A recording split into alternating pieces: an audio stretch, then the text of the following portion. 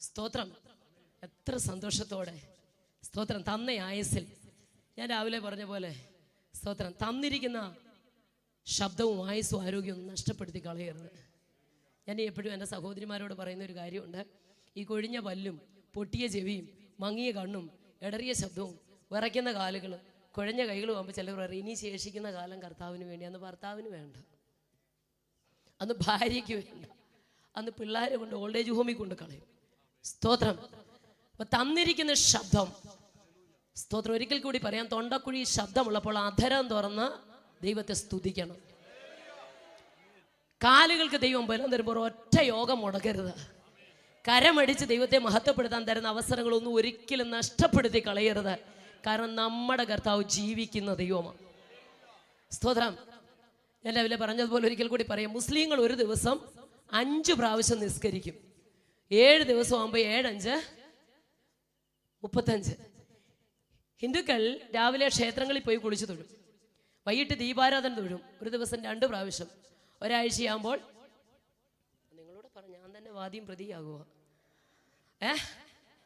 14. ക്രിസ്ത്യാനി ആഴ്ചയിൽ ഒരിക്കൽ തന്നെ എന്ത് കഷ്ടപ്പെട്ടാ വരുന്നത്. സ്തോത്രം. പാസ്റ്റർമാർ കുടലും മറിഞ്ഞ് കിടന്ന് സ്റ്റേജ് എന്ന് പറഞ്ഞാൽ ഒന്ന് സ്തുതിച്ച് ഒന്നുകൂടെ ഒന്ന് സ്തുതിച്ച് പാസ്റ്റേഴ്സിൻ്റെയും പാട്ടുകാരുടെ ഇടപാട് തീരുവാ നമ്മളെ സ്തുതിപ്പിച്ച്. അതിനൊക്കെ ഹൈന്ദവ സഹോദരങ്ങളെ കണ്ടുപഠിക്കണം. നിങ്ങൾ ഗ്ലോറി പറയത്തില്ലെന്ന് എനിക്കറിയാം. സ്തോത്രം. നിങ്ങൾ വിചാരിക്കുന്നത് ഏത് ഗ്രൂപ്പിൽ കിടന്നാന്ന്. സ്തോത്രം. ഇതുപോലെ സന്ധ്യാസമയത്ത് ദീപാരാധന സമയത്ത് ഇവർ ക്ഷേത്രങ്ങളിലേക്ക് ചെല്ലും കേട്ടോ. സ്തോത്രം. നമ്മുടെ സഹോദരങ്ങളൊക്കെ നമ്മളെ ശ്രദ്ധിക്കുന്നുണ്ടല്ലോ. ക്ഷേത്രങ്ങളിലേക്ക് ചെന്ന് എന്താ ചെയ്യുന്നതെന്നറിയാമോ? ഈ ഭക്തജനങ്ങൾ ക്ഷേത്രത്തിനകത്തേക്ക് കയറും. വളരെ സന്തോഷത്തോടെ അവരകത്ത് കയറും. ഉള്ളിൽ കടന്നു കഴിയുമ്പോൾ ഈ പൂജാരി എന്നാ ചെയ്യുന്നതെന്ന് ചോദിച്ചാൽ അദ്ദേഹം വിഗ്രഹങ്ങൾ നിറഞ്ഞിരിക്കുന്ന ആ റൂമിനകത്തേക്ക് അദ്ദേഹം കയറും. എന്നിട്ട് ഇവരുടെ മുമ്പിൽ ഈ വാതിലിങ്ങനെ പൊട്ടിയടയ്ക്കും. ഏകദേശം 35-40-45 മിനിറ്റോളം ഈ ഭക്തജനങ്ങൾ ഈ വാതിലിന് ഡോറിന് വെളിയിൽ നിൽക്കും. സ്തോത്രം. ഈ പൂജാരി അതിനകത്ത് ചില ക്രിയകൾ ചെയ്യും. ഞാൻ അതിനെക്കുറിച്ച് വിശദീകരിക്കുന്നില്ല. അപ്പം ഈ ഭക്തജനങ്ങൾ എന്നാ ചെയ്യുന്നതെന്നറിയാമോ? വെളിയിൽ നിന്ന് കണ്ണുകൾ അടച്ച് കരങ്ങൾ കൂപ്പി അധരം തുറന്ന് ഏത് ശക്തിയാണോ അതിനകത്തിരിക്കുന്നത് അതിനെ ഇങ്ങനെ ഇടതടവില്ലാതെ സ്തുതിച്ചുകൊണ്ട് നിൽക്കും. ഏകദേശം 35-40-45 മിനിറ്റ് കഴിയുമ്പോൾ പട്ടുമുടയാടെയൊക്കെ ഉടുപ്പിച്ച് കഴിഞ്ഞാൽ ഇടത്ത് കൈ കർപ്പൂര ദീപശികയും വലത് കൈയിൽ ഒരു മണിയൊക്കെ പിടിച്ചിട്ട് പൂജാരി ആ നട തുറക്കും. അപ്പോൾ ഈ വാതിലിൽ ഇങ്ങനെ ചെറിയ മണികളെല്ലാം ഉണ്ട്.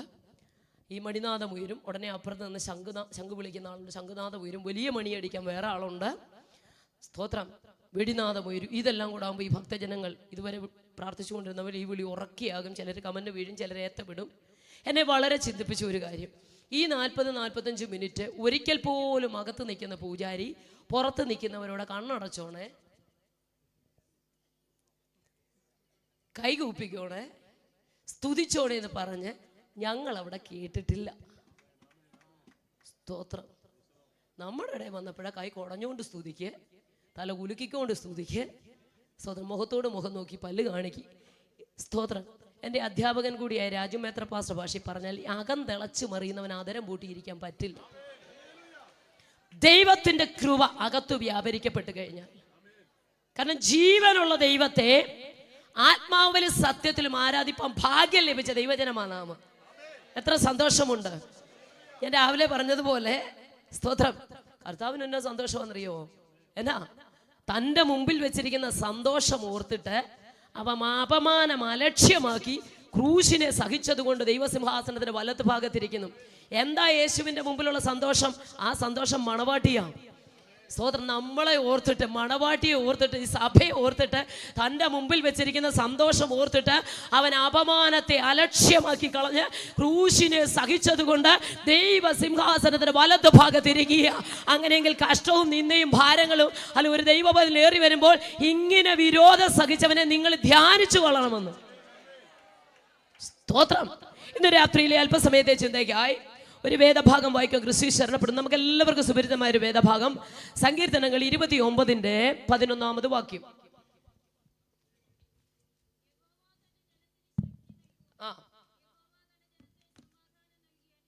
മതി. യഹോവ തന്റെ ജനത്തിന് പറഞ്ഞാട്ടെ ശക്തി ശക്തി നൽകും. യഹോവ തൻ്റെ ജനത്തെ സമാധാനം നൽകി അനുഗ്രഹിക്കും. ശക്തിയുടെ ഒരു യുഗത്തിലാണ് നാം ആയിരിക്കുന്നത്.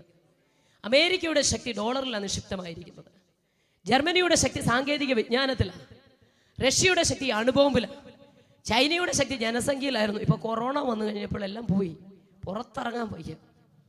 ഞാൻ ഓർക്കും, തമ്പുരാനെ എന്നെ കൊണ്ട് നമുക്കൊക്കെ നെഗളിക്കാൻ, ഞെളിയാതെ ഭയപ്പെടാൻ ആ വചനം പറ. സ്തോത്രം. എന്നെ കണ്ടുകൊണ്ട് നമുക്ക് അഹങ്കരിക്കാനാ പ്രിയമുള്ളവരെ. ഈ ഓടിപ്പോകുന്ന നേരെ നിൽക്കുന്ന ഈ നരമ്പ് ഒന്ന് തിരിഞ്ഞാൽ തീർന്നില്ലേ കഥ. സ്തോത്രം. എന്നെ കണ്ടുകൊണ്ട് അഹങ്കരിക്കാനാ? ഭൂകമ്പം വരുമ്പോൾ ഇടിഞ്ഞു വീഴുന്ന ഈ സിമെന്റ് കണ്ടുകൊണ്ടോ? എതിരെ വരുന്ന വണ്ടി ഇടിച്ചാൽ തകർന്നു പോകുന്ന പാട്ട കണ്ടുകൊണ്ടോ? എന്നെ കണ്ടോട് നിഗളിക്കാനാ? ക്രൂശിലല്ലാതെ നമുക്ക് ആർക്കും പ്രശംസിപ്പാൻ ഒന്നുമില്ല. ഒരു ദൈവവചനത്തിന് പ്രത്യാശയുള്ളത് ക്രൂശില. ആ സ്നേഹം നമ്മുടെ അകത്തങ്ങോട്ട് വന്നു കഴിയുമ്പോൾ, ഞാൻ രാവിലെ പറഞ്ഞ പോലെ ക്രിസ്തുവിന്റെ സ്വഭാവത്തോട് അനുരൂപപ്പെടുവാൻ. സ്തോത്രം. പുറമേ കണ്ടാലൊന്നും മനസ്സിലാകത്തില്ല ആര്. അതാ ഞാൻ രാവിലെ പറഞ്ഞ്, അഹരോന്റെ സ്വഭാവം മോശയോട് കൂടെ നിൽക്കുമ്പോൾ പറയും യഹോവ അത്ഭുതങ്ങളുടെ ദൈവമാണെന്ന്. ഇപ്പുറത്തോട്ട് മാറുമ്പോൾ ജനത്തിന്റെ കൂടെ വരുമ്പോൾ കാളക്കുട്ടി പുറത്തു വരും. ഹലോ, സ്തോത്രം. Praise the Lord. സ്തോത്രം. ആ സ്വഭാവമല്ല ഞാൻ പറഞ്ഞത്, ക്രിസ്തുവിന്റെ സ്വഭാവത്തോട് അനുരൂപപ്പെടുക. നമ്മൾ പാടാറുണ്ട്, മുട്ടോളമല്ല അരയോളമല്ല പറഞ്ഞേ നീന്തിയിട്ടല്ലോ അത് കടപ്പാൻ വയ്യ. ഇത്ര ആത്മീയ സന്തോഷം. പ്രിയമുള്ളവരെ, പരിശുദ്ധാത്മാവിന്റെ ശക്തി ഇല്ലെങ്കിൽ ഒരു ക്രിസ്ത്യാനിക്ക് നിലനിൽക്കാൻ പറ്റില്ല. സ്തോത്രം. സ്തോത്രം. അന്യഭാഷ സംസാരിക്കുന്നവൻ മനുഷ്യരോടല്ല. ഇതൊക്കെ ഒരു കാലഘട്ടത്തിൽ പരിഹസിച്ച് നടന്നവരാ ഞങ്ങൾ. എൻ്റെ അനുഭവ സാക്ഷി ഒത്തിരി വിശദീകരിക്കുന്നില്ലെങ്കിൽ ഒറ്റ വാക്കിൽ പറയാം, ഞങ്ങൾ പഠിച്ചു വെച്ച പാഠങ്ങളും വളർന്നു വന്ന സാഹചര്യം ഈ പുസ്തകത്തിനെതിരായിരുന്നു. രക്ഷ എന്താണെന്ന് ഞങ്ങൾക്കറിയാം. രക്ഷയൊക്കെ അറിയാം. ഞങ്ങൾക്കറിയാവുന്ന രക്ഷയ്ക്ക് 30 ദിവസം 60 ദിവസം 90 ദിവസത്തെ കാലാവധിയുണ്ട്. ശരീരത്തിൻ്റെ വിവിധ ഭാഗത്ത് ഇത് എഴുതി കിട്ടുമായിരുന്നു. കാലാവധി കഴിയുമ്പോൾ അഴിച്ചു കളഞ്ഞിട്ട് പുതിയ രക്ഷ എഴുതി കിട്ടും. ഞാൻ പഠിച്ചുകൊണ്ടിരിക്കുമ്പോൾ എന്നെ പഠിപ്പിച്ച അധ്യാപകനിലൂടെയാണ് ഞാൻ ആദ്യമായി ക്രിസ്തുവിനെ കുറിച്ച് കേട്ടത്. അന്ന് ഞാൻ ഇങ്ങനെ പറഞ്ഞു, എൻ്റെ ശ്വാസം ഇവിടുന്ന് പോകുന്ന നിമിഷം വരെ യേശു എന്ന പദം എൻ്റെ അതരത്തിലെടുക്കില്ല. TPM കൂട്ടുകാർ ആദ്യമായിട്ട് യേശുവിനെ കുറിച്ച് എന്നോട് പറഞ്ഞു.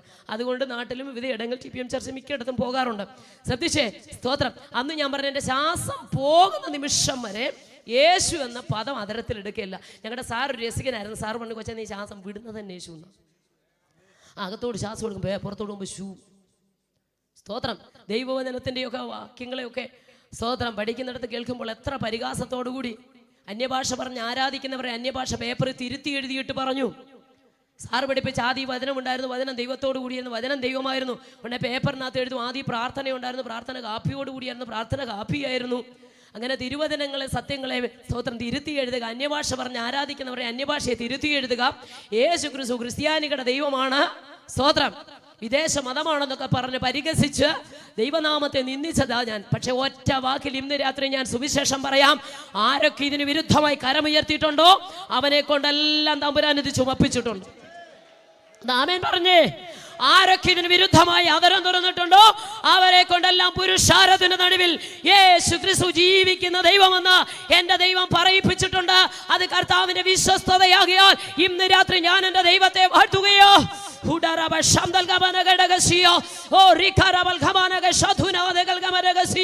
അന്ന് ഞാൻ പറഞ്ഞു യേശുവിനെ റോമൻ പടയാളികൾ ക്രൂശിൽ കയറ്റിയെന്ന്. പക്ഷെ പുസ്തകം പഠിച്ചു കഴിഞ്ഞപ്പോൾ ഞാൻ ഒരു കാര്യം മനസ്സിലായി. ഞാൻ വിളിച്ചു പറഞ്ഞു, യേശുവിനെ ആരും ക്രൂശിൽ കയറ്റിയതല്ല. മാനവകുലത്തിന്റെ മുഴുവൻ ബാബു സ്വന്തം ശരീരത്ത് വഹിച്ചുകൊണ്ട് അവൻ ക്രൂശിമേ കയറിയതാ, ആരും കയറ്റിയതല്ല. യേശു ഒരു പ്രത്യേക മതവിഭാഗത്തിന്റെ ദൈവമല്ല, പിന്നെയോ മാനവകുലത്തിന്റെ മുഴുവൻ രക്ഷകനാ. അതുകൊണ്ടാണ് മാലാഖമാരാ ജനലത്തിൽ ചേർന്ന് പാടിയത് സർവ്വലോകത്തിനും ഉണ്ടാകാനുള്ള എന്നാ സന്തോഷമായത്. സ്തോത്രം. സർവ്വലോകത്തിനും ഉണ്ടാകുവാനുള്ള സ്തോത്രം. അതിന് ജാതിയില്ല, ഗോത്രമില്ല, മതമില്ല, വർണ്ണവർഗ വ്യത്യാസമൊന്നുമില്ല. സ്തോത്രം. പത്രോസിന്റെ ഭാഷയിൽ പറഞ്ഞാൽ ദൈവത്തിന് മുഖപക്ഷമില്ല. സ്തോത്രം. തമ്പുരാൻ ദർശനം കാണിച്ചു കൊടുത്തുകൊണ്ട് അത് പറയാൻ പറ്റില്ല. സ്തോത്രം. ദൈവത്തിന് ഏത് ജാതിയിൽപ്പെട്ടവനാണെങ്കിലും അവനെ ഭയപ്പെട്ട് നീതി പ്രവർത്തിക്കുന്നവനെ അംഗീകരിക്കുന്ന ഒരു ദൈവമായ യേശു. ഇത്ര വലിയവനായ ഒരു ദൈവത്തെയാണ് നമ്മൾ ആരാധിക്കുന്നത്. അതുകൊണ്ട് ആരും മസിൽ പിടിച്ച് എന്ത് ചെയ്യരുത്. സ്തോത്രം. ഹല്ലേലൂയ. ഞങ്ങളൊക്കെ ഇങ്ങോട്ട് വരുമ്പോഴത്തേക്ക് അവിടുത്തെ ദൈവദാസന്മാരൊക്കെ പറഞ്ഞു, നമ്മുടെ നാട്ടിലെ പോലൊന്നും അല്ല, നിങ്ങൾ പാവങ്ങളെല്ലാം നന്നായിട്ട് ദൈവത്തെ ആത്മാവിലും സത്യത്തിലും സ്തോത്രം. അത് കേട്ടോണ്ടാണ് ഞങ്ങൾ ഇങ്ങോട്ട് വരുന്നത്. ചിലർ ഇരിപ്പ് കണ്ട ഈജിപ്തിലെ പിരമിഡാന്ന് തോന്നുന്നു. ഒരിക്കലും ഒരു സഭയിൽ ഒരച്ചായൻ അങ്ങനെ ഇരിക്കുന്നത് കണ്ടു. സ്തോത്രം. എല്ലാവരും ആത്മാവിൽ ആരാധിച്ചപ്പോൾ അതെങ്ങനെ ഇരിക്കുക, മസിലൊക്കെ പിടിച്ച് ഇങ്ങനെ ഇരിക്കുക. ഇവിടെ പാസ്റ്ററോടെ ചോദിച്ചപ്പോൾ പാസ്റ്റർ പറഞ്ഞു, 3.5 വർഷം കൊണ്ട് ഈ പുള്ളിയെ ഞാനൊന്ന് കുലുക്കാൻ നോക്കിയിട്ട് സ്തോത്രം, പിന്നെ വല്ലപ്പോഴും കയറി വരുന്നവർ നോക്കിയേ പറ്റൂ. പക്ഷെ 6 മാസം കഴിഞ്ഞപ്പോൾ അതേ ചർച്ച ശുശ്രൂഷ നടക്കുമ്പോൾ എല്ലാവരും ആരാധിക്കാനും പച്ചായൻ കസേര മറിച്ചിട്ട് ഒന്ന് ആരാധിക്കുക. കാര്യം തിരക്കിയപ്പോൾ പാസ്റ്റർ പറഞ്ഞു, അല്പം ചെത്തി ബയോപ്സിക്ക് അയച്ചിട്ടുണ്ടെന്ന്. അന്ന് ഒരു കാര്യം മനസ്സിലായി, അല്പം ചെത്തി അയച്ചാൽ ഏത് വലിയ പുള്ളിയും തുള്ളും. സ്തോത്രം. മിടുക്കന്മാരും മിടുക്കികളും ഒക്കെ ആയിട്ട് മസിൽ പിടിച്ചുപിടിരിക്കുക. ആന്തരിക അവയവങ്ങളുടെ മേലെ എന്തെല്ലാം കേടുപാടുകളുണ്ടെന്ന് ആർക്കറിയാം. പക്ഷെ തമ്പുരാന് കരുണ തോന്നി ഇങ്ങനെ അങ്ങ് വെച്ചേക്കുവാ കേട്ടോ. അല്ലെങ്കിൽ ആർട്ട് പോലും കാണത്തില്ല, ഒന്നും കാണത്തില്ല അകത്ത്. പക്ഷെ തമ്പുരാൻ ഒരു ദയയുണ്ട്. ഹല്ലേലൂയ. നിലവിളിയുടെ മുമ്പാകെ കരുണ കാണിക്കുന്ന തമ്പുരാന്റെ കരുതലാണേ. അതോർത്ത് ദൈവത്തെ സ്തുതിച്ചാട്ട് കരമടിച്ച് ആ ദൈവത്തെ മഹത്വപ്പെടുത്തിക്കാട്ടെ. ഓ Thank you, Jesus. Hallelujah.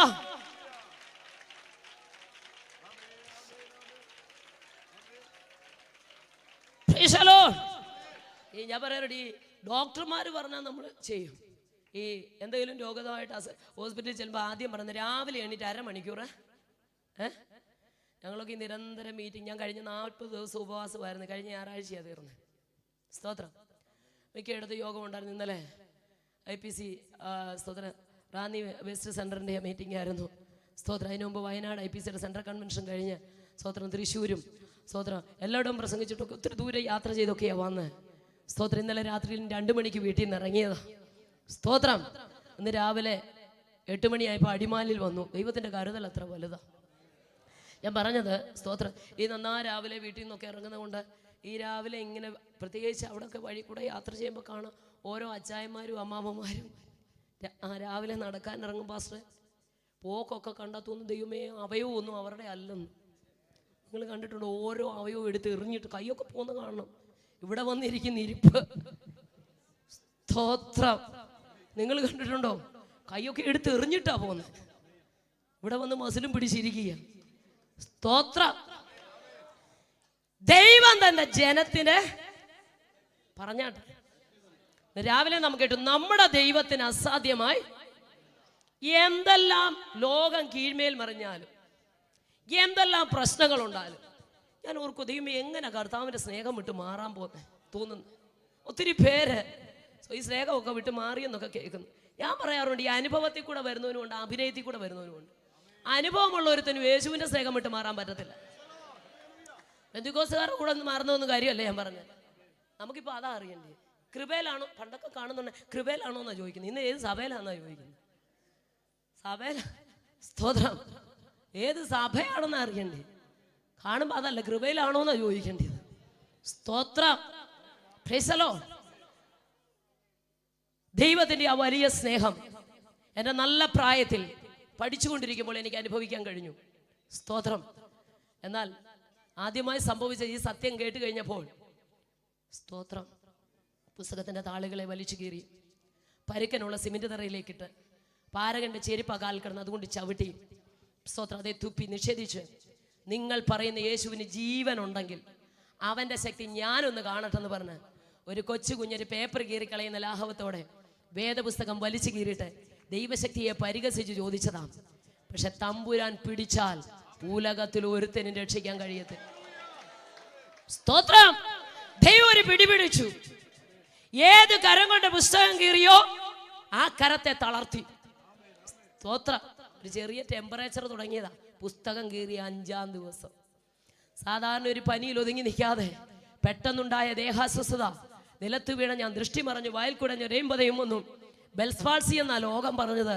വൈദ്യന്മാർ ബെൽസ്പാൾസി അല്ല, എൻ്റെ അപ്പൻ്റെ കരമായിരുന്നു.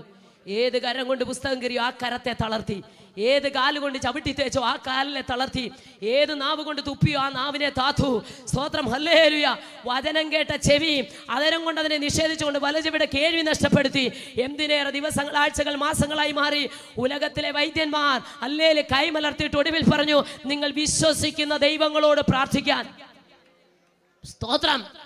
ലോകത്തിലെ ബുദ്ധിക്ക് പരിമിതിയുണ്ട്, വൈദ്യന്മാരുടെ ബുദ്ധിക്ക് പരിമിതികളുണ്ട്. എന്നാൽ പരിധികളും പരിമിതികളും ഇല്ലാതെ പ്രവർത്തിക്കുന്ന ഒരു കരമാണ് ഇന്ന് രാത്രി നാം ആരാധിക്കുന്നത്. എനിക്ക് ഒത്തിരി പേരെ കണ്ടപ്പോൾ സന്തോഷമുണ്ട്. നമ്മുടെ സ്തോത്രത്തിന്റെ ശക്തി അങ്ങോട്ട് ചെല്ലുമ്പോൾ ദൈവപുത്രന്മാർ കുനിഞ്ഞു നോക്കുന്ന ഒരു ആരാധനയാണ് അല്ലെ ഈ മുനിയറ ബൈബിൾ കൺവെൻഷനിൽ വെളിപ്പെടുന്നത്.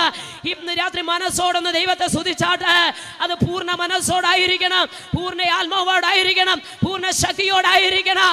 ഈ നിമിഷം കർത്താവ് വന്നാൽ ശക്തിയോടെ ഈ നിമിഷം എന്റെ യേശു വന്നാൽ, ഈ നിമിഷം എന്റെ യേശു വന്നാൽ അകത്തു പ്രാപിച്ച ദൈവശക്തി കാന്തം ഇരുമ്പിനെ ആകർഷിക്കുന്നത് പോലെ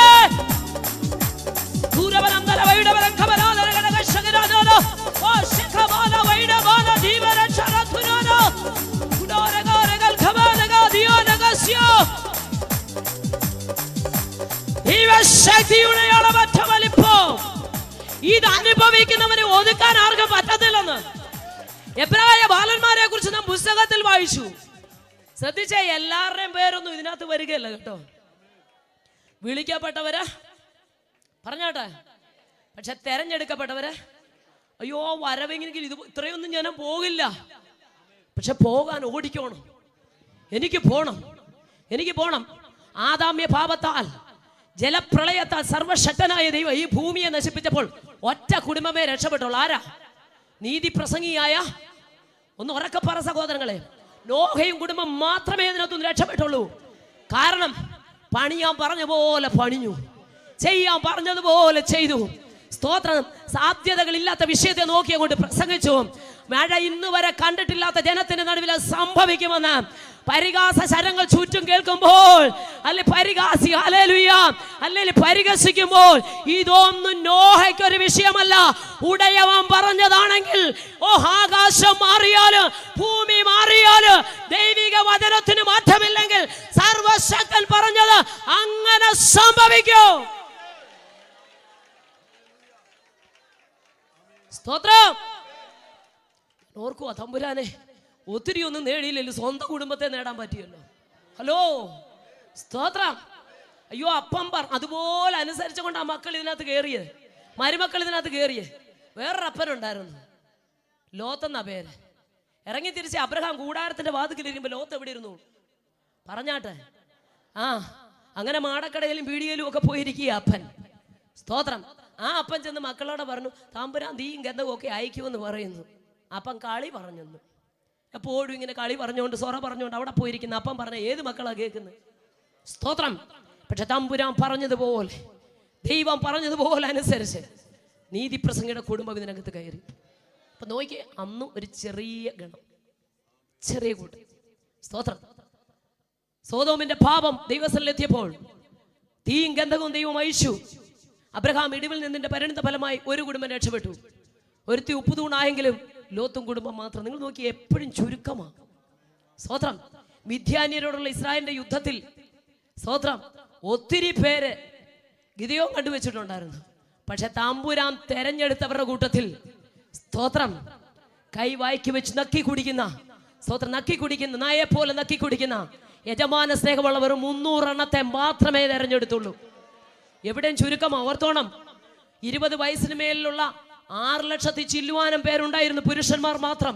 മോശയോടൊപ്പം ഇറങ്ങിത്തിരിക്കുമ്പോൾ പിന്നങ്ങോട്ട് വർഷങ്ങൾ പലത് കഴിഞ്ഞപ്പോൾ കൂടി സ്ത്രീകളും കുഞ്ഞുങ്ങളും എല്ലാം കൂടെ അങ്ങോട്ട് പെരുകി കഴിഞ്ഞപ്പോൾ ഏകദേശം വേദപഠിതാക്കൾ പഠിക്കുമ്പോൾ 35 ലക്ഷത്തോളം ജനമുണ്ട് കൂടെ. പക്ഷേ കനാനിൽ എത്ര പേരാണെന്നറിയോ? ഈ 26 ലക്ഷത്തി ചില്ലുവാനും പേരെ ഇറങ്ങിയത്. എത്ര പേര് പോയി ഒന്ന് പറഞ്ഞേ? പറ്റി നിന്ന കാലേബും. നിങ്ങൾ എങ്ങനെയൊക്കെ ആയാലും ഞാനും എൻ്റെ കുടുംബം ഞങ്ങൾ യഹോവയെ സേവിക്കും തീരുമാനിച്ച യോശുവയും മാത്രം. അപ്പൊ നോക്കിക്കേ, എക്കാലത്തും ചുരുക്കം പേരെ ദൈവസന്നിധിയിൽ നിന്നിട്ടുള്ളൂ. കർത്താവിൻ്റെ വരവിലും ഇങ്ങനെ തന്നെയാകും. നോഹയുടെ കാലം പോലെ തന്നെ ലോത്തിന്റെ കാലം പോലെ തന്നെ വഷളത്വം പ്രബലപ്പെട്ട് പാപമംഗലമായ അധാർമികമായ ജീവിതം നയിക്കുന്നതിന് നടുവിൽ നമ്മുടെ പ്രത്യാശയുള്ളവർക്കറിയാം ഈ തലമുറയിൽ നമ്മുടെ കർത്താവ് വരും. വിശ്വസിക്കുന്നുണ്ടോ?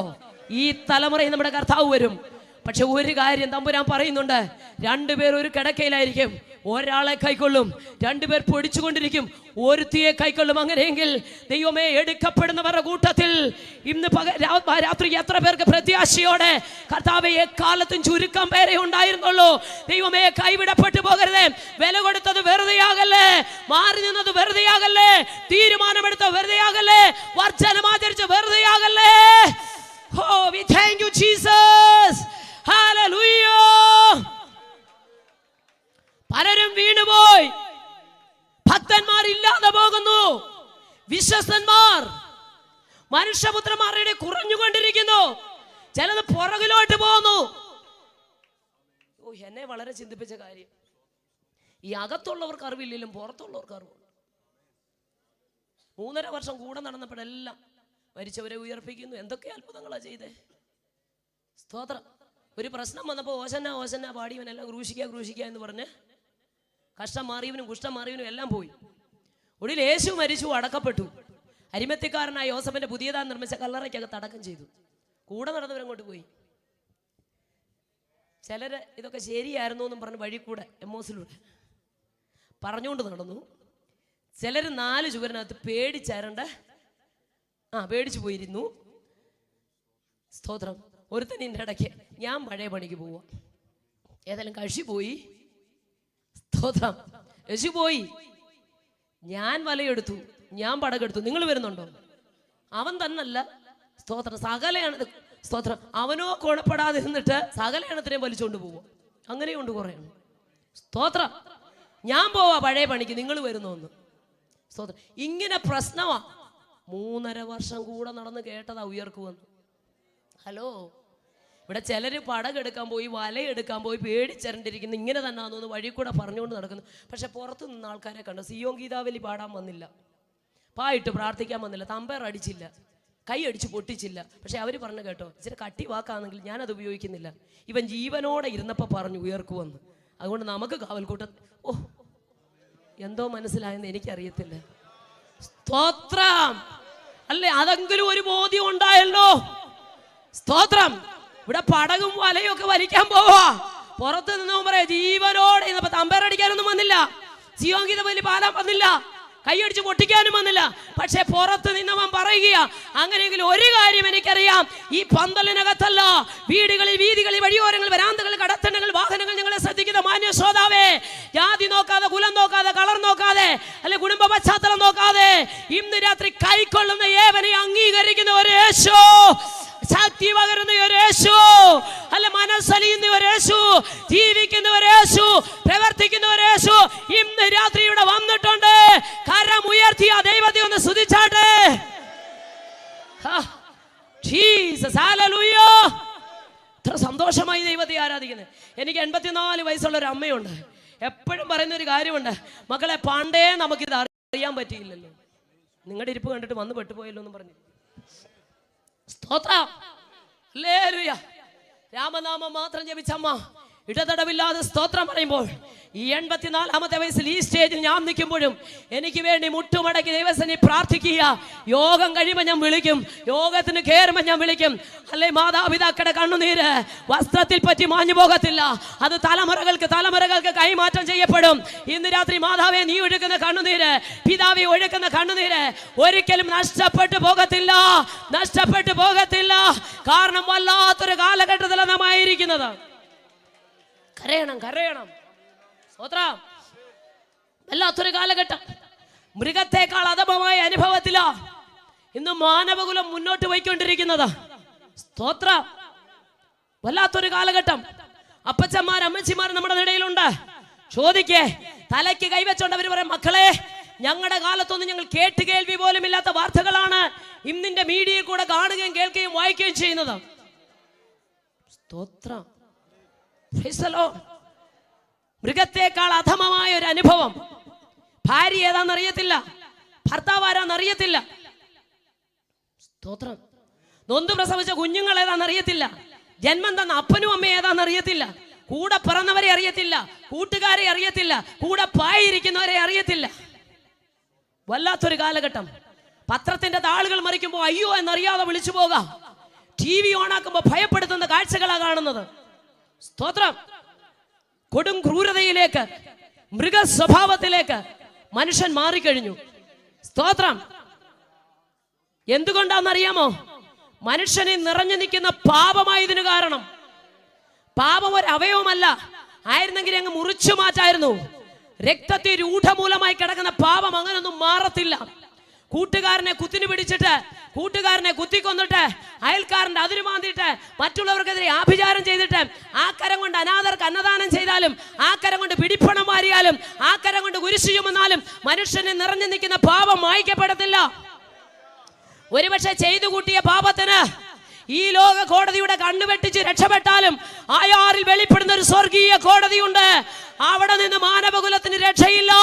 രക്ഷ വേണമെങ്കിൽ ഇന്നേക്ക് 2019 പരം വർഷങ്ങൾക്ക് മുമ്പ് മാനവജാതിയുടെ പാപത്തിനു വേണ്ടി ഈ താണലോകത്തിലേക്ക് ഇറങ്ങി വന്ന് തന്റെ 33 തിരുവയസ്സിൽ സകല വാഴ്ചകളെയും അധികാരങ്ങളെയും ആയുധവർഗം വെപ്പിച്ച് പിശാചിന്റെ തലയെ കാൽവരി തകർത്ത് ക്രൂശിൽ ജയപേര് മുഴക്കിയ യേശു ക്രിസ്തുവിന്റെ കാൽവരി രക്തത്തിലൂടെ അല്ലാതെ മാനവകുലത്തിന്റെ പാപം കഴുകപ്പെടുന്നില്ല. മതഗ്രന്ഥങ്ങൾക്ക് കുറവില്ല, മനുഷ്യ ദൈവങ്ങൾക്ക് കുറവില്ല, പുണ്യവാളന്മാർക്ക് കുറവില്ല. മൃഗീയ വാസന നിറഞ്ഞു നിൽക്കുന്ന മാനവകുലത്തെ മാറ്റത്തിലേക്ക് നയിക്കാൻ ആർക്കും കഴിയുന്നില്ല. അവിടെയാണ് സുവിശേഷത്തിന്റെ പ്രത്യേകത. സ്തോത്രം, സ്തോത്രം. ഒരു മതത്തിൽ നിന്ന് മറ്റൊരു മതത്തിലേക്ക് മാറ്റാൻ ആളുണ്ട്, ഒരു പാർട്ടിയിൽ നിന്ന് മറ്റൊരു പാർട്ടിയിലേക്ക് മാറ്റാൻ ആളുണ്ട്. പക്ഷേ മൃഗീയ വാസന നിറഞ്ഞു നിൽക്കുന്ന മാനവകുലത്തിന്റെ രൂപാന്തരം കൊടുക്കാൻ ഒരു ശക്തിക്കും വ്യക്തിക്കും കഴിയുന്നില്ല. സ്തോത്രം. എന്നാൽ പുസ്തകം പറഞ്ഞു, ഒരുവൻ ക്രിസ്തുവിലായ അവൻ പുതിയ സൃഷ്ടിയാ. പഴയതെല്ലാം കഴിഞ്ഞു പോയി. എത്രയെത്ര കുറ്റവാളികളെ ഈ കേരളത്തിൽ തന്നെ. കഴിഞ്ഞ ദിവസം ഞാൻ കോഴിക്കോട് ജയിലിൽ പോയി. കൂടത്തായി ജോളി ഉൾപ്പെടെ ഒത്തിരി സഹോദരിമാരെ കണ്ടു, ഒത്തിരി പ്രിയപ്പെട്ടവരെ കണ്ടു. സ്തോത്രം. ശ്രദ്ധിക്കണമേ, ഞങ്ങൾ ജയിലുകളിലും ഹോസ്പിറ്റലിലും ഒക്കെ സന്ദർശിക്കണം. നമുക്കറിയാം, ആയിരക്കണക്കിന് 10,000-കണക്കിന് കൊടും കുറ്റവാളികളെ തോക്കില്ലാതെ, ലാത്തിയില്ലാതെ, മുഷ്ടിപ്രയോഗമില്ലാതെ ഈ സുവിശേഷം മാനസാന്തരത്തിലേക്ക് നയിച്ചു. ഇടത് കൈയിൽ മദ്യക്കുപ്പിയും വലത് കൈയിൽ വടിവാളുമായി കൊട്ടേഷൻ സംഘത്തിന്റെ നേതാക്കന്മാരായി കാലുവെട്ടാനും കൈവെട്ടാനും പെട്ടിക്കകത്ത് പണം മേടിച്ചു വെച്ചിരുന്ന ചില യുവാക്കൾ തെരുവിൽ നിന്നുകൊണ്ട് വചനം വിളിച്ചു പറഞ്ഞപ്പോൾ പാപത്തെക്കുറിച്ചും നീതിയെക്കുറിച്ചും ന്യായവിധിയെക്കുറിച്ചും ബോധം വരുത്തുന്ന വചനത്തിന്റെ ശക്തി അവരുടെ ഉള്ളിൽ ക്രിയ ചെയ്ത് കഴിഞ്ഞപ്പോൾ മദ്യക്കുപ്പി വലിച്ചെറിഞ്ഞിട്ട്, കടാരകൾ വലിച്ചെറിഞ്ഞിട്ട്, പെട്ടിക്കകത്ത് കാലുവെട്ടാനും കൈവെട്ടാനും മേടിച്ചു വെച്ച പണം ആരിൽ നിന്ന് വാങ്ങിയോ മടക്കി കൊടുത്തിട്ട് കറുത്ത ബൈൻഡിട്ട് നെഞ്ചോട് ചേർത്ത് പിടിച്ച ബൈബിളുമായി ഇന്ന് തെരുവിൽ നിന്നുകൊണ്ട് യേശുവിനെ ഉയർത്തുമ്പോൾ ഞങ്ങൾക്ക് ഇതിനകത്തിരിക്കുന്ന ഞങ്ങൾക്ക് ധൈര്യത്തോടെ വിളിച്ചു പറയാൻ കഴിയും, മനുഷ്യനെ പരിവർത്തനത്തിലേക്ക് നയിക്കുവാൻ, മനുഷ്യനെ മാറ്റത്തിലേക്ക് നയിക്കുവാൻ കഴിയുന്ന ഏകനാമമുണ്ടെങ്കിൽ അത് ലോകൈകനാഥനാകുന്ന യേശുവിന്റെ നാമം മാത്രമോ. സ്തോത്രം.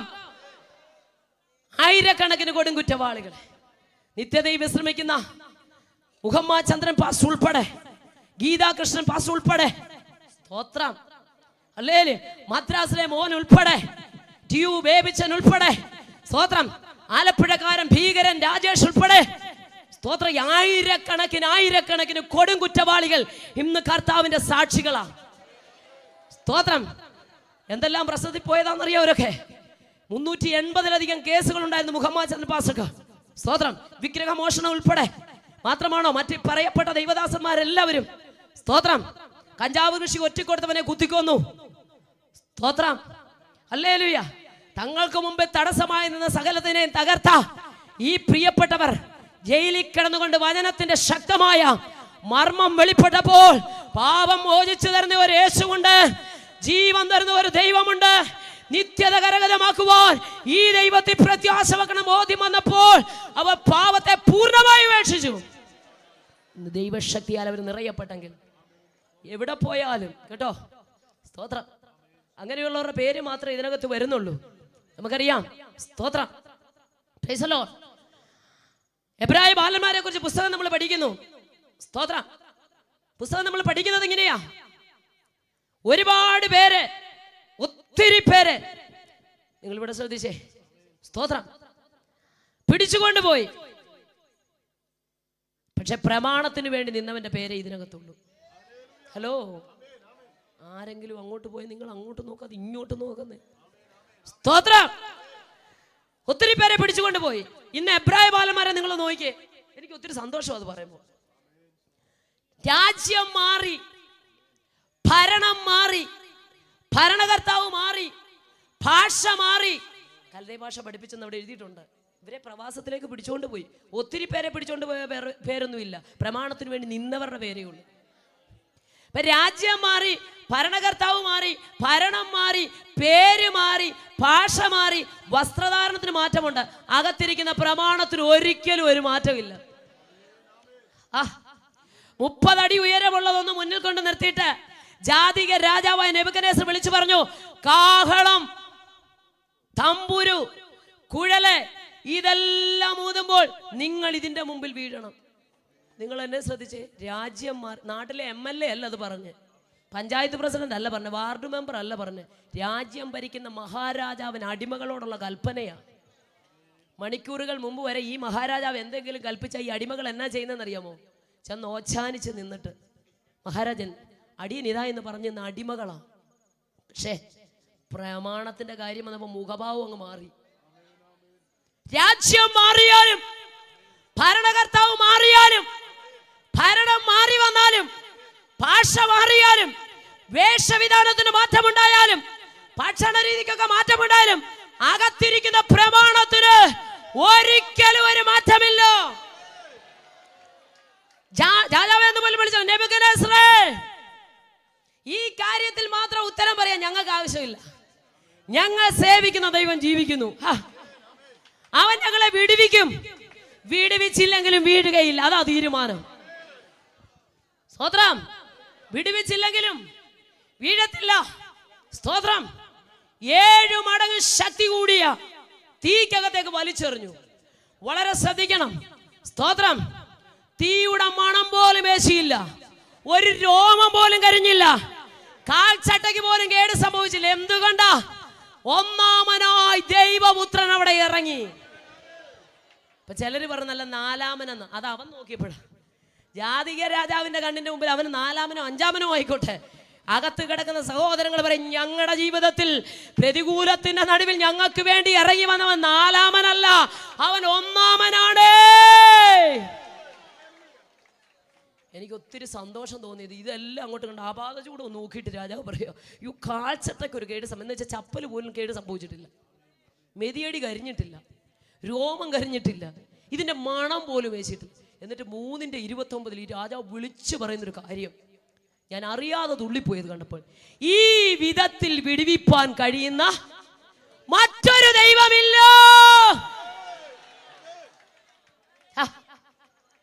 ഇസ്രായേൽ ജനമേ, എന്തിനായി പിറുപിറുപ്പ്? 40 വർഷം എത്ര ഭയങ്കരമായ നടത്തി അല്ലേ? സ്തോത്രം. 1-ാം വയസ്സിൽ കൊച്ചിനിട്ട് കൊടുത്ത ചെരുപ്പ് 40-ാമത്തെ വയസ്സിലും കൊച്ചിട്ടു. കാല് വളരാഞ്ഞിട്ടോ കൊച്ചു വളരാഞ്ഞിട്ടോ അല്ല, ചെരുപ്പ് വളർന്നു. 1 വയസ്സിൽ കുഞ്ഞിനിട്ട് കൊടുത്ത് ഉടുപ്പ് 40-ാമത്തെ വയസ്സിലും അവനിട്ടു. കൊച്ചു വളരാഞ്ഞിട്ടല്ല, ഉടുപ്പ് വളർന്നു. ഇതുപോലെ വിടുവിച്ചു കൊണ്ടുവന്ന ഒരു ദൈവം. സ്തോത്രം. ഈ വിധത്തിൽ പ്രവർത്തിക്കുന്ന ഒരു ദൈവം, ഇങ്ങനെ വിടുവിക്കുന്ന ഒരു ദൈവം. ഈ ദൈവത്തിനൊരു പ്രത്യേകതയുണ്ട്. എന്തിനാ ഇങ്ങനെ വിടുവിച്ചെന്നറിയാമോ? ഇവിടെ കൊട്ടിയും പാടിയും തുള്ളിയും വിറ്റും കുടിച്ചും ഒക്കെ ഇരിക്കാനല്ല. സ്തോത്രം. അവരെ വിടുവിച്ചു കൊണ്ടുവന്ന ലക്ഷ്യം കാനാനായിരുന്നു. എന്നാ ഒന്ന് പറഞ്ഞേ, കാനാനി കൊണ്ടുപോകാനാ ഇങ്ങനെയൊക്കെ കൊണ്ടുവന്നേ? ചെങ്കടൽ വിഭാഗിച്ചു കൊടുക്കും. ഈ മുന്നിലൊരു ചെങ്കടലൊക്കെ വരുന്നതിന് മുമ്പ് അതിനെ വിഭാഗിക്കാൻ ഒരു വടി ഭക്തന്റെ കൈ തന്നിരിക്കും. സ്തോത്രം. ഞാൻ രാവിലെ പറഞ്ഞ പോലെ നമ്മൾക്കുള്ളിലുള്ള അധികാരം മറക്കല്ലോ കേട്ടോ. ഏതാ അധികാരം? സ്തോത്രം. ദാവീദ് പറഞ്ഞു, നിന്നാൽ ഞാൻ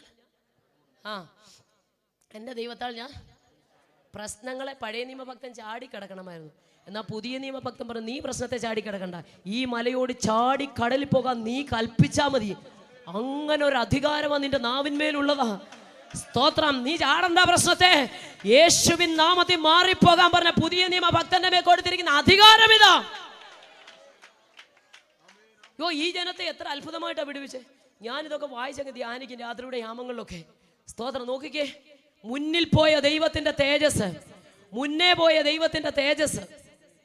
സ്തോത്രം. സ്തോത്രം.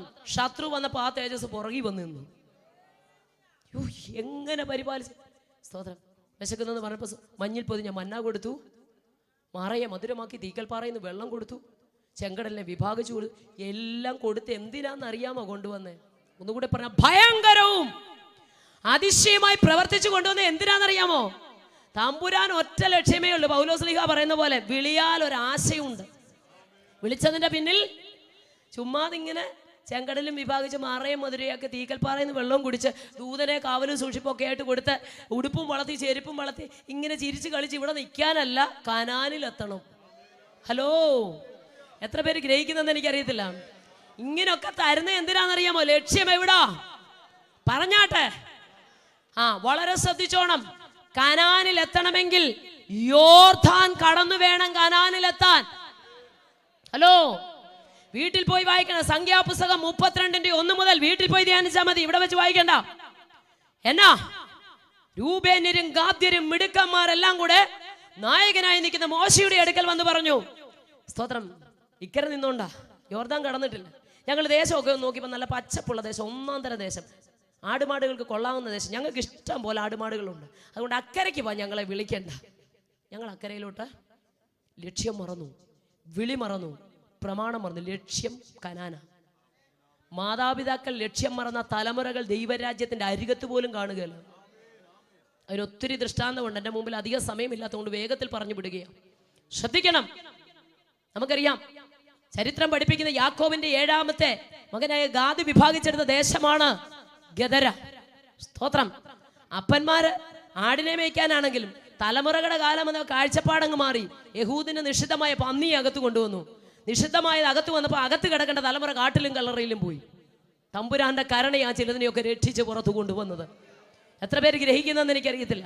അപ്പൊ ഇങ്ങനെ വിടുവിച്ച്, ഇങ്ങനെ മാനിച്ച്, ഇങ്ങനെ കൊണ്ടുവരുന്നത് എന്തിനാ? പറഞ്ഞേ, എവിടെ എത്തിക്കാനാ? കനാനിലെത്തിക്കാനാ. ഇനിയും പുതിയ നിയമഭക്തർ ഇങ്ങോട്ട് നോക്കിക്കേ. നമുക്കും സൗഖ്യവും തന്ന്, സമാധാനവും തന്ന്, വിടുതലും തന്ന്, ഉടുപ്പും തന്ന്, വീടും തന്ന്, സൗന്ദര്യവും തന്ന്, ആരോഗ്യം തന്ന്, മക്കളെയും തന്ന്, കുടുംബജീവിതം തന്ന്, എല്ലാം തന്നത് സിയോനിലെത്തണം. ഹലോ, സിയോൻ യാത്രക്കാരാ, ഇതെല്ലാം തന്നത് എന്തിനാന്നറിയാമോ? ലക്ഷ്യം എവിടാ? പറഞ്ഞേ, സിയോനിലെത്തണം. വളരെ ശ്രദ്ധിച്ചാട്ടെ.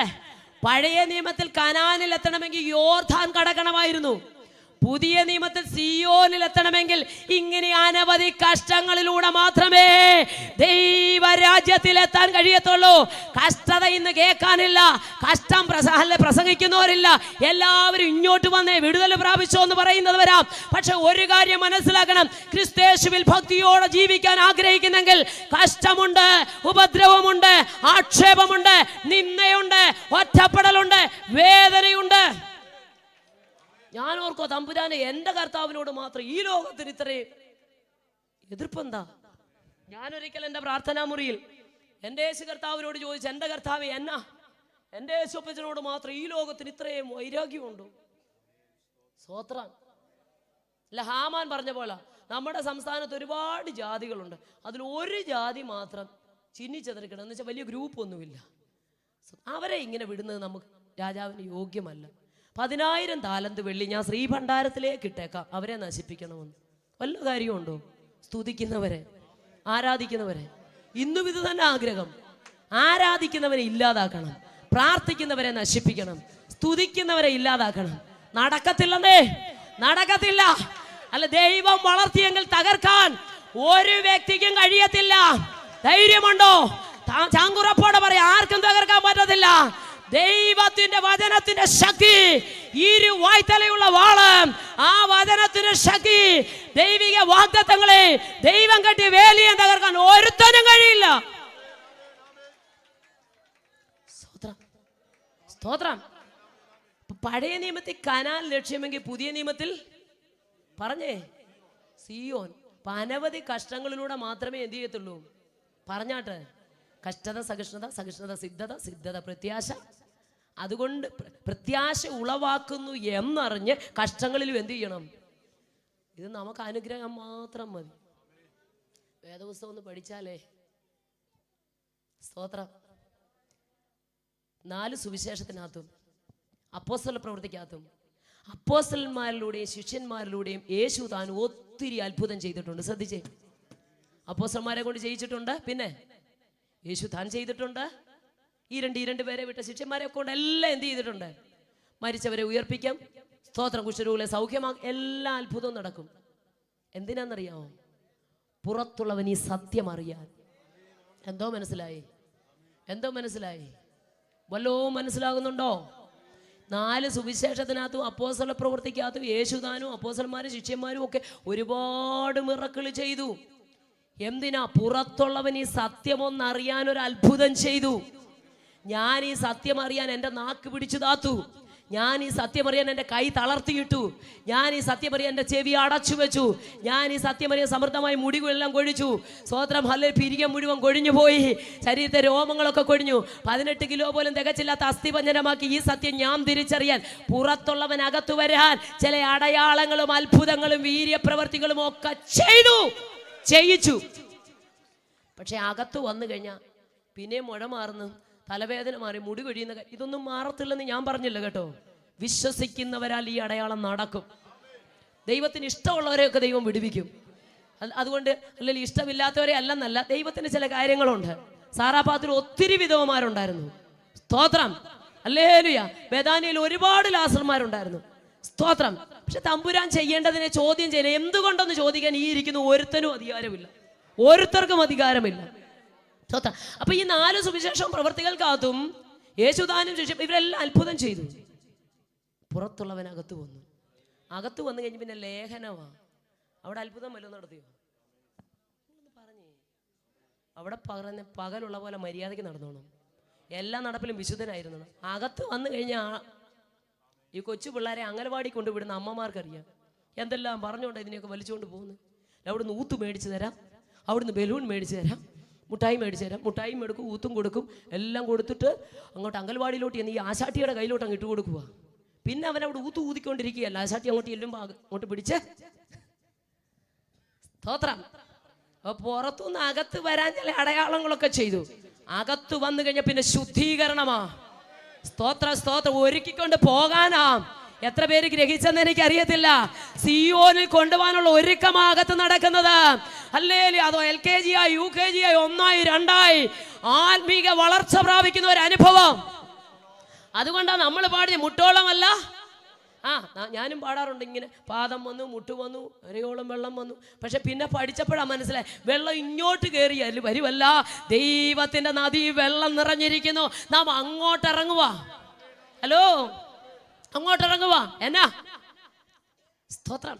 പ്രിയമുള്ളവരെ, ഈ പാപത്തിലേക്ക്, ഇത് ജഡമാ കേട്ടോ. അത് സെൻട്രൽ പാസ് ആണെങ്കിലും ഓവർസിയർ ആണെങ്കിലും പ്രസ്ബിറ്റർ ആണെങ്കിലും എല്ലാം ഇത് ജഡമാ. സ്തോത്രം. ശ്രദ്ധിച്ചേ, പാപത്തിലേക്ക് ഏത് പാപവുമായിക്കോട്ടെ അടുക്കാതെ വണ്ണം ഭക്തനെ തടഞ്ഞു നിർത്തുന്നത് ഈ പരിശുദ്ധാത്മാവാ. എത്ര പേർക്ക് ആമേൻ പറയാൻ പറ്റും? സ്തോത്രം. അപ്പോൾ ഈ നദിയിലോട്ട് നമ്മൾ ഇറങ്ങുക. ഇത് പാദം വരെയായി, പാദത്തിലായി. എനിക്ക് ആ പാപത്തിലേക്ക് നടന്നു പോകാൻ ഒരു പ്രയാസവും ഇല്ല. പാദം വരെ വെള്ളമുള്ളൂ, ഞാൻ നടന്നു പോകും. ഞാൻ ഇച്ചിലൂടെ ആഴങ്ങളിലേക്ക് ഇറങ്ങി, മുട്ടുവരെയായി. ഞാൻ മുമ്പേ അനായാസന നടന്നു പോലെ പല പട്ടത്തിലായി, കാലൊന്ന് പൊക്കി വെക്കണം. സ്തോത്രം. അല്ലെ പിന്നെ അരവരെയായി, അല്പം ബലം കൊടുത്ത് അങ്ങോട്ട് പോകണം. പക്ഷേ സ്തോത്രം, എൻ്റെ ഒപ്പം ഈ വെള്ളമായി. എനിക്കൊരിക്കലും അനായാസന ഈ പാപത്തിലോട്ട് അടുക്കാൻ പറ്റത്തില്ല. ഞാൻ നടന്ന് അല്പമായി ഈ പാപത്തിലേക്ക് അടുക്കാൻ തുടങ്ങും തോറും ഈ ശക്തമായ ഒരു ഹല്ലേലൂയ സമ്മർദ്ദം എന്നെ ഇങ്ങനെ പുറകോട്ട് തള്ളും. പോകണ്ട. ഇതിന്റെ പേര് പരിശുദ്ധി ആത്മാവ്. ഇതെങ്ങനെ പ്രാപിക്കണം? നീ ആഴങ്ങളിലേക്ക് ഇറങ്ങണം, ഈ നദിയിലേക്ക് ഇറങ്ങണം. ദൈവത്തിന്റെ നദി വെള്ളം നിറഞ്ഞു കിടപ്പുണ്ട്. നീ ഇറങ്ങ്, പാദം വരെയല്ല. ഹല്ലേലൂയ. വലിയൊരു ആത്മ സാന്നിധ്യത്തിന്റെ പേര് ക്രിസ്തു എന്ന തലയോളം. സ്തോത്രം. വളർച്ച പ്രാപിക്കുന്ന ഒരു അഭിഷേകം. സ്തോത്രം. അപ്പൊ ദൈവം സംരക്ഷണ ചെയ്യുന്ന ദൈവജനത്തോട് പറയാം, ദൈവം തന്റെ ജനത്തിന്. ഏത് ജനമായത്? സ്തോത്രം. നമ്മൾ പറയും 25 വർഷം മുമ്പാണ് ഞാനായത്, 10 വർഷം മുമ്പാണ് ഞാനായത്, 5 വർഷം മുമ്പ്. ഇത് തന്നെ പൗലോസും പറഞ്ഞു. ദമസ്കോസിന്റെ പടിവാതുക്ക വെച്ച് ഒരു പിടി വീണ് കഴിഞ്ഞപ്പോൾ ആദ്യത്തെ സാക്ഷ്യം, ദമസ്കോസിന്റെ പടിവാതുക്ക വെച്ച് എന്നെ പിടിച്ചു. സ്തോത്രം. പിന്നെ പ്രാർത്ഥനാമുറി കയറിയിരുന്ന ആത്മീയത്തിൽ ഒരു ശുഷ്കാന്തി അങ്ങോട്ട് പ്രാപിച്ച് പ്രാർത്ഥനാ ജീവിതം കൂടിയപ്പോൾ പിന്നെ പറഞ്ഞ അമ്മയുടെ ഉദരത്തിൽ വെച്ച് അടുത്ത സാക്ഷി അങ്ങനെ ആയിരുന്നു.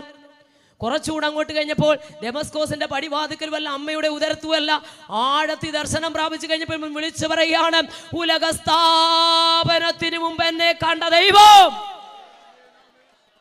ഞാൻ രാവിലെ പറഞ്ഞ പോലെ പ്രാർത്ഥിക്കുന്നവന്റെ അഡ്രസ് എവിടെ ഉണ്ട് പറഞ്ഞേ? സ്വർഗത്തിലുണ്ട്. കാർഡടിച്ച് എല്ലാവർക്കും കൊടുക്കണോ?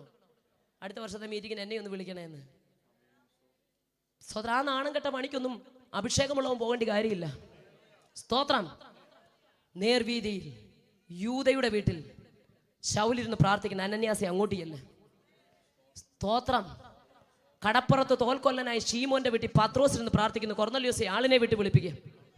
പ്രാർത്ഥിക്കുന്നവന്റെ അഡ്രസ്സ് സ്വർഗത്തിലുണ്ട്. കഴിഞ്ഞ 40 ദിവസം പ്രാർത്ഥനാ മുറിയിൽ ദൈവം എന്നോട് സംസാരിച്ച ഒരു കാര്യം, ഏതെല്ലാം വാതിലടഞ്ഞാലും എൻ്റെ സഹോദരന്മാരെ, എൻ്റെ സഹോദരിമാരെ, ഏതെല്ലാം വാതിലടഞ്ഞാലും പ്രാർത്ഥനയുടെ വാതിൽ അടയരുത്. ഇന്ന് പന്തൽ വിട്ട് പോകുമ്പോൾ ഈ ഒരു തീരുമാനത്തോടെ പോണം. ഏത് വാതിലടഞ്ഞാലും, ദാനിയേലേ, ശത്രുവിന് ഒറ്റ താല്പര്യമേ ഉള്ളൂ. സ്തോത്രം. ഏത് വാതിൽ നിന്റെ മുമ്പിൽ തുറന്നു കിടന്നാലും അവന് വിരോധമില്ല.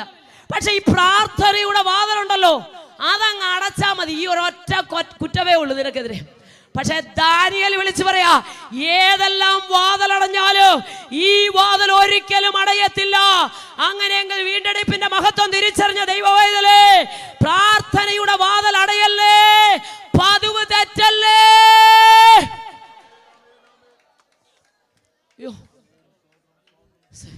എത്ര പേര് ആത്മാവിന്റെ അകത്തേക്ക് അത് കയറി? ദാനിയേലേ, പ്രാർത്ഥിക്കുന്ന ദാനിയേലേ, നീ പതിവ് തെറ്റിക്കാതിരുന്ന സിംഹം പതിവ് തെറ്റിച്ചോളും. എത്ര പേര് ഗ്രഹിക്കുന്നെന്ന് എനിക്ക് അറിയത്തില്ല. സ്തോത്രം. എത്ര വിരോധമായ രേഖ നിനക്കെതിരെ വന്നാലും നിന്റെ പതിവ് നീ തെറ്റിക്കാതിരുന്നാൽ, ഹല്ലേലൂയ, സിംഹം പതിവ് തെറ്റിക്കും. രാജാക്കന്മാർ യേശുവിനെ അറിയും. നിന്റെ പതിവ് തെറ്റ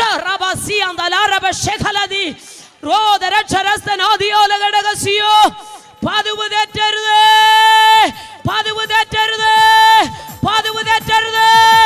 ഏത് വാതിലടഞ്ഞാലോ പ്രാർത്ഥനയുടെ വാതിലടയരുത്. ഏത് വാതിലടഞ്ഞാലോ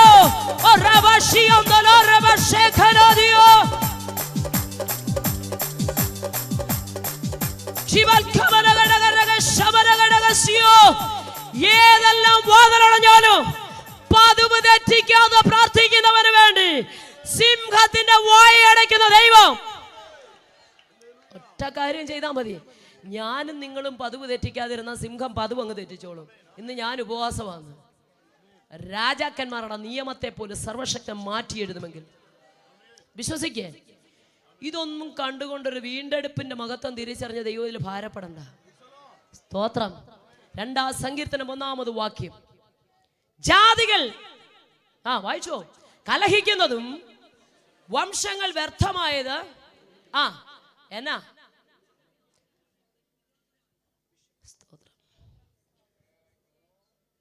പോകട്ടെ, അല്ലെങ്കിൽ നമുക്ക് എന്നോ സൗണ്ടാ. പിള്ളേരുടെ നേരെ ഒന്ന് അലർന്ന കേൾക്കണം അമ്മമ്മ. യഹോവയ്ക്കും അവന്റെ അഭിഷിക്തനും, യഹോവയ്ക്കും അവന്റെ അഭിഷിക്തനും വിരോധമായി ഭൂമിയിലെ രാജാക്കന്മാർ എഴുന്നേറ്റു. അധിപതികൾ തമ്മിൽ എന്താ ആലോചിക്കുന്നത്? ആർക്കെതിരെ? മനസ്സിലാക്കി വായിക്കുക. ആർക്കെതിരെ? യഹോവയ്ക്കും അഭിഷേകമുള്ളവർക്കെതിരെ, ആരാധിക്കുന്നവർക്കെതിരെ, പ്രാർത്ഥിക്കുന്നവർക്കെതിരെ. അധിപതിമാര് കൂടി ആലോചിക്കുക, എന്നാ നാം അവരുടെ കെട്ടുകളെ. ഏത് കെട്ട്? ഏത് കെട്ട്? നമ്മളെപ്പോഴും പറയുന്ന ആ കെട്ടല്ല. ആ കെട്ട് വേറെ, ഈ കെട്ട് വേറെ. യഹോവയ്ക്കും അവന്റെ അഭിഷിക്തനും വിരോധമായി ഭൂമിയിലെ രാജാക്കന്മാർ, അധിപതികൾ ആലോചിക്കുക, നാം ഇവരുടെ കെട്ട് പൊട്ടിക്കണം. ഏത് കെട്ട്? ദൈവം നമുക്ക് ചുറ്റും ഒന്ന് കെട്ടിയിട്ടുണ്ട്. സ്തോത്രം. നമുക്ക് ചുറ്റും ഒന്ന് ദൈവം കെട്ടിയിട്ടുണ്ട്. ഈ കെട്ടിനെ പൊളിക്കണമെന്ന് നടക്കുവോ? ഒന്ന് പറയുന്നേ നിങ്ങള്. നടക്കത്തില്ല. സ്വർഗത്തിൽ വസിക്കുന്നവൻ ചിരിക്കുന്നെന്ന് അവിടെ എഴുതിയിരിക്കുന്നത്. സ്തോത്രം. അയ്യോ, ലോകത്തിന് അതേയുള്ള ആഗ്രഹം, പിശാചിന് അതേയുള്ള ആഗ്രഹം. അതുകൊണ്ട് അയ്യോബിന്റെ കാര്യം സാധാ വന്ന് തമ്പുരാന്റെ അടുക്ക പറഞ്ഞത്, നീ വേലി പൊളിക്കുക, ഞാൻ വിശ്വാസം പൊളിക്കാം. ഈ വേലി പൊളിഞ്ഞ വിശ്വാസം പൊളിക്കാൻ എളുപ്പമാണ്. പക്ഷെ തമ്പുരാൻ അറിയാം, ഞാൻ ഈ വേലി പൊളിച്ചാലും നിനക്ക് അവന്റെ വിശ്വാസത്തെ ഒന്നും ചെയ്യാൻ പറ്റത്തില്ല. കാരണം എനിക്ക് യോബിനെ അറിയാം. പക്ഷെ പത്രോസിനെ കുറിച്ച് പറഞ്ഞു. പലവട്ടം സാത്താൻ വന്ന് തോണ്ടി ചോദിച്ചു, ഒന്ന് തരാവോ, ഒന്ന് തരാവോ ഇവനെ ഇങ്ങോട്ട്. ആരെയാ? പത്രോസിന്. ഒന്ന് തരാവോ? എന്തിനാ? ഒന്ന് പാറ്റിക്കോട്ടെ, ഒന്ന് പാറ്റിക്കോട്ടെ. എത്ര പ്രാവശ്യം വന്ന് തോണ്ടി ചോദിച്ചെന്നറിയോ? പക്ഷെ തമ്പുരാൻ പറഞ്ഞു, എനിക്കറിയാം നിന്റെ വിശ്വാസം പോയി പോ, കൊടുത്തില്ല ഞാൻ. സ്തോത്രം. പക്ഷെ ഇയ്യോബിന്റെ വേലി പൊളിച്ചാലും അവൻ ആരാണെന്നുള്ള ആദ്യമേ അവിടെ എഴുതി വെച്ചിട്ടുണ്ട്. ഞാനും നിങ്ങളും ആരാന്ന് തമ്പുരാൻ അറിയാം. ഹല്ലേലൂയ. വേലി പൊളിച്ചാലും വിശ്വാസത്തെ പൊളിക്കാൻ പറ്റത്തില്ലെന്നറിയാം. അപ്പൊ ഒരു കാര്യം മനസ്സിലാക്കണം, നമുക്ക് ചുറ്റും ഒരു വേലിയുണ്ട്. നമ്മുടെ വീടിന് ചുറ്റും, സഭയ്ക്ക് ചുറ്റും. ഇവര് പറഞ്ഞ ഈ കെട്ടിനെ നമുക്ക് എന്ത് ചെയ്യണം? ഏത് കെട്ട്? സ്തോത്രം. ഈ വേലി എന്ന കെട്ട്, വിശ്വാസം എന്ന കെട്ട്, ഐക്യത എന്ന കെട്ട്, ദൈവജനത്തിന്റെ സ്നേഹം എന്ന കെട്ട്, ഏകാഗ്രത എന്ന കെട്ട്, സഭ എന്ന കെട്ട്, ഇതിനെ പൊളിക്കണമെന്ന് നടക്കുകയല്ല. സ്തോത്രം. ഈ കെട്ടിനെ പൊളിക്കാൻ കഴിയുമോ? നിങ്ങൾ വിചാരിക്കുന്നത് എന്തോ കെട്ടാന്ന്. അതൊരു കെട്ടാ, തമ്പുരാൻ കെട്ടിയിരിക്കുന്നത്. അതുകൊണ്ടാണ് 40 ദിവസം പർവ്വതത്തിന്റെ മുകളിലേക്ക് ദൈവമായി സംഭാഷണത്തിന് പോയ മോശ, സ്തോത്രം, ദൈവം താൻ തന്നെ എഴുതിയ കൽപ്പലകളും കൊണ്ട്, കൈകൊണ്ടെഴുതിയ കൽപ്പലകുമായിട്ട് സന്തോഷത്തോടുകൂടി തേജസ്സേറിയ പ്രഭ, നോക്കിക്കേ സ്തോത്രം, സൂര്യനെ വെല്ലുന്ന പ്രഭയോടുകൂടി ഇവനിങ്ങോട്ട് ഇറങ്ങി വരികയാ. ഇറങ്ങി വന്ന് താഴ്വരയിലോട്ട് നോക്കിയപ്പോൾ ജനത്തെ കെട്ടഴിഞ്ഞവരായി കണ്ടു. എന്താ കെട്ടിയിട്ടിട്ടാണോ പോയേ? ഹലോ, പർവ്വതത്തിന്റെ മുകളിലോട്ട് മോശം പോയപ്പോൾ കെട്ടിയിട്ടിട്ടാണോ പോയേ? പിന്നെ ആ പ്രമാണമെന്ന കെട്ട്, ഞാനല്ലാതെ അന്യ ദൈവം നിനക്കുണ്ടാകരുതെന്നുള്ള പ്രമാണത്തിന്റെ കെട്ട് പൊട്ടിച്ചു. അപ്പൊ ഭൂമിയിലെ അധിപതികളും രാജാക്കന്മാരും ആലോചിക്കുന്നത് പ്രമാണം എന്ന കെട്ടിനെ പൊട്ടിക്കണം, ഐക്യത എന്ന കെട്ടിനെ പൊട്ടിക്കണം. അല്ലെ വിശ്വാസി, നിന്റെ വിശ്വാസം എന്ന കെട്ടിനെ പൊട്ടിക്കുവാൻ ആലോചിക്കുമ്പോൾ സർവശക്തൻ വിളിച്ചു വന്ന സ്വർഗത്തിൽ വസിക്കുന്നവൻ ചിരിക്കുക. നടക്കത്തില്ല, നടക്കത്തില്ല. ഞാൻ കെട്ടിയ വേലിയെ പൊളിക്കാൻ, ഞാൻ വെച്ച് അതിര് കടക്കാൻ ഒരുത്തനും കഴിയില്ല. അങ്ങനെ വിശ്വസിച്ചോ? സ്തോത്രം. നമുക്ക് ചുറ്റും, നമ്മുടെ കുഞ്ഞുങ്ങൾക്ക് ചുറ്റും, വീടിന് ചുറ്റും ഒക്കെ ഒരു വേലിയുണ്ട്. ഒട്ടിക്കാൻ ഒരു ശക്തിക്കും വ്യക്തിക്കും കഴിയില്ല. തമ്പുരാനാ കെട്ടിയതാ. സ്തോത്രം. ഹല്ലേലൂയ. അപ്പൊ ദൈവം തന്നെ ജനത്തിന് പറഞ്ഞാട്ടെ ശക്തി തരും. ശക്തി. സ്തോത്രം. ദൈവം തന്നെ ജനത്തിന്. ഏത് ജനം? 74 സങ്കീർത്തനത്തിനകത്ത് പറയുന്നു 2-ാം വാക്യത്തിൽ, പണ്ടേ സമ്പാദിച്ചവർ. അപ്പൊ ഈ ജനം ഏതാ? 25 വർഷമാണോ? 10 വർഷമാണോ? 5 വർഷമാണോ? അല്ല, പിന്നെ പണ്ടേ സമ്പാദിച്ചവരാ ഇവിടെ ഇരിക്കുന്നത്. ഓ, യൗവന രക്തം ഊറ്റി വിലക്ക് വാങ്ങിയവരാ ഇരിക്കുന്നത്. വില കൊടുത്ത് വാങ്ങിച്ച, ചുമ്മാതെ കയറി വന്നതല്ല, എങ്ങാണ്ടൊന്ന് വലിഞ്ഞു കയറി വന്നതല്ല, കളറ് നോക്കി അല്ല തെരഞ്ഞെടുത്തത്. മസിൽ പിടിച്ചിരിക്കണ്ട. ഞാൻ രാവിലെ പറഞ്ഞ പോലെ എന്നാ കണ്ടോണ്ട് പ്രശംസിപ്പാനാ? സ്തോത്രം. ഹല്ലേലൂയ. സ്തോത്രം, സ്തോത്രം, സ്തോത്രം, സ്തോത്രം. പ്രിയമുള്ളവരെ, ദൈവത്തിന്റെ കരത്തിന്റെ മഹത്വം എൻ്റെ മേൽ ഇറങ്ങുവാൻ ഒത്തിരി വില കൊടുക്കേണ്ടി വന്നു. ഉലക വൈദ്യന്മാർ ഉപേക്ഷിച്ചു. ആശ്രയ സ്ഥാനങ്ങൾ മുഴുവൻ അറ്റുപോയി. ഒറ്റ വാക്കിൽ പറയാം, മനുഷ്യനിർമ്മിതമായ ഒന്നിനും മനുഷ്യർക്കും എന്നെ രക്ഷിക്കാൻ കഴിയാതെ, സ്തോത്രം, 18 കിലോ പോലും തികച്ചില്ലാത്തൊരു അസ്ഥിപഞ്ജരമായ ഉലകം ഉപേക്ഷിച്ച് ഭവനത്തിന്റെ ഉൾമുറിയിൽ ആർക്കും വേണ്ടാതെ, ഈ ഷെയ്പ്പൊന്നുമല്ലായിരുന്നു, മുടിയെല്ലാം കൊഴിഞ്ഞ്, പിരികമെല്ലാം കൊഴിഞ്ഞ്, വായൊരു വശത്തേക്ക് കോടി, സംസാരശേഷി നഷ്ടപ്പെട്ട്, വലചെവിടെ കേൾവി നഷ്ടപ്പെട്ട്, കയ്യും കാലും തളർന്ന്, ശരീര അവയവങ്ങൾ അഴുകി, ആഭരണങ്ങളോ ഡ്രസ്സോ ധരിക്കാൻ വയ്യാതെ, 18 കിലോ പോലും തികച്ചില്ലാത്ത അസ്ഥിപഞ്ജരമായി, ജാതകത്തിൽ ആ പ്രായം വരെ ആയുസ്സുണ്ടായിരുന്നുള്ളൂ.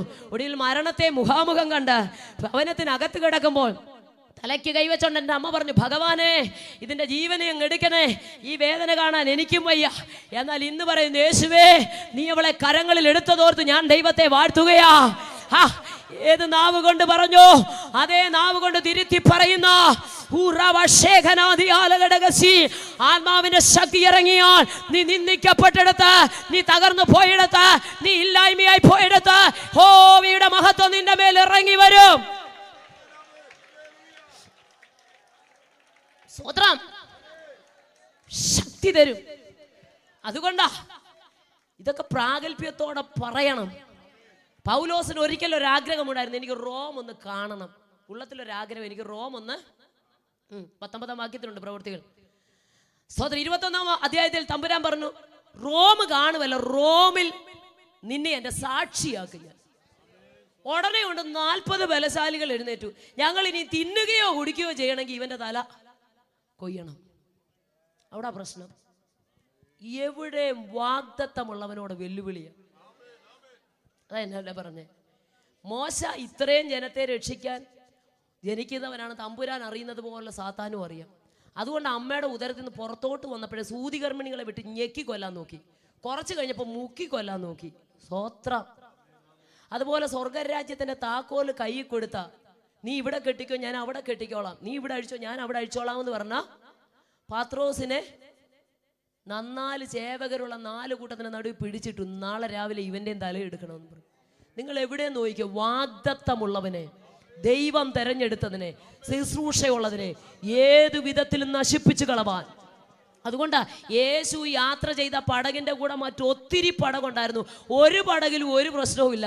കാറ്റും തിരമാലയെല്ലാം അടിച്ചത് യേശുപ്പച്ചനുള്ള പടകിലാ. സ്വത്രഹല്ല നിലവിളി ഉയർന്ന അതിൽ നിന്ന് ആടി ഉലഞ്ഞത് ആ പടക. മറ്റ് ചെറുപടകളൊക്കെ കൂടുണ്ടോ, ഒന്നിനുമില്ലാത്ത പ്രശ്നം യേശു ഉള്ള പടകിന്.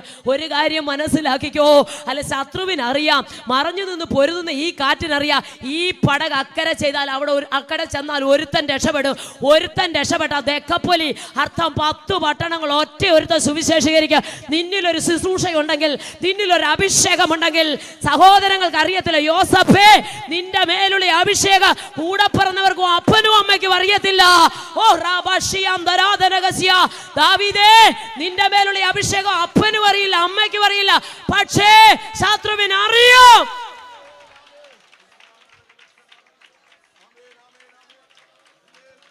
Praise the Lord. സ്തോത്രം. എന്നാ സംഭവിച്ചത്? സ്തോത്രം. പൗലോസിന്റെ മേലെ ഈ ഒരു അഭിഷേകം വിളി ഉള്ളത് കൊണ്ട് സ്തോത്രം 40 ബലശാലി ഞങ്ങൾ കഴിക്കുകയോ കുടിക്കുകയോ ചെയ്യണേ ഇവന്റെ തലയെടുക്കണം.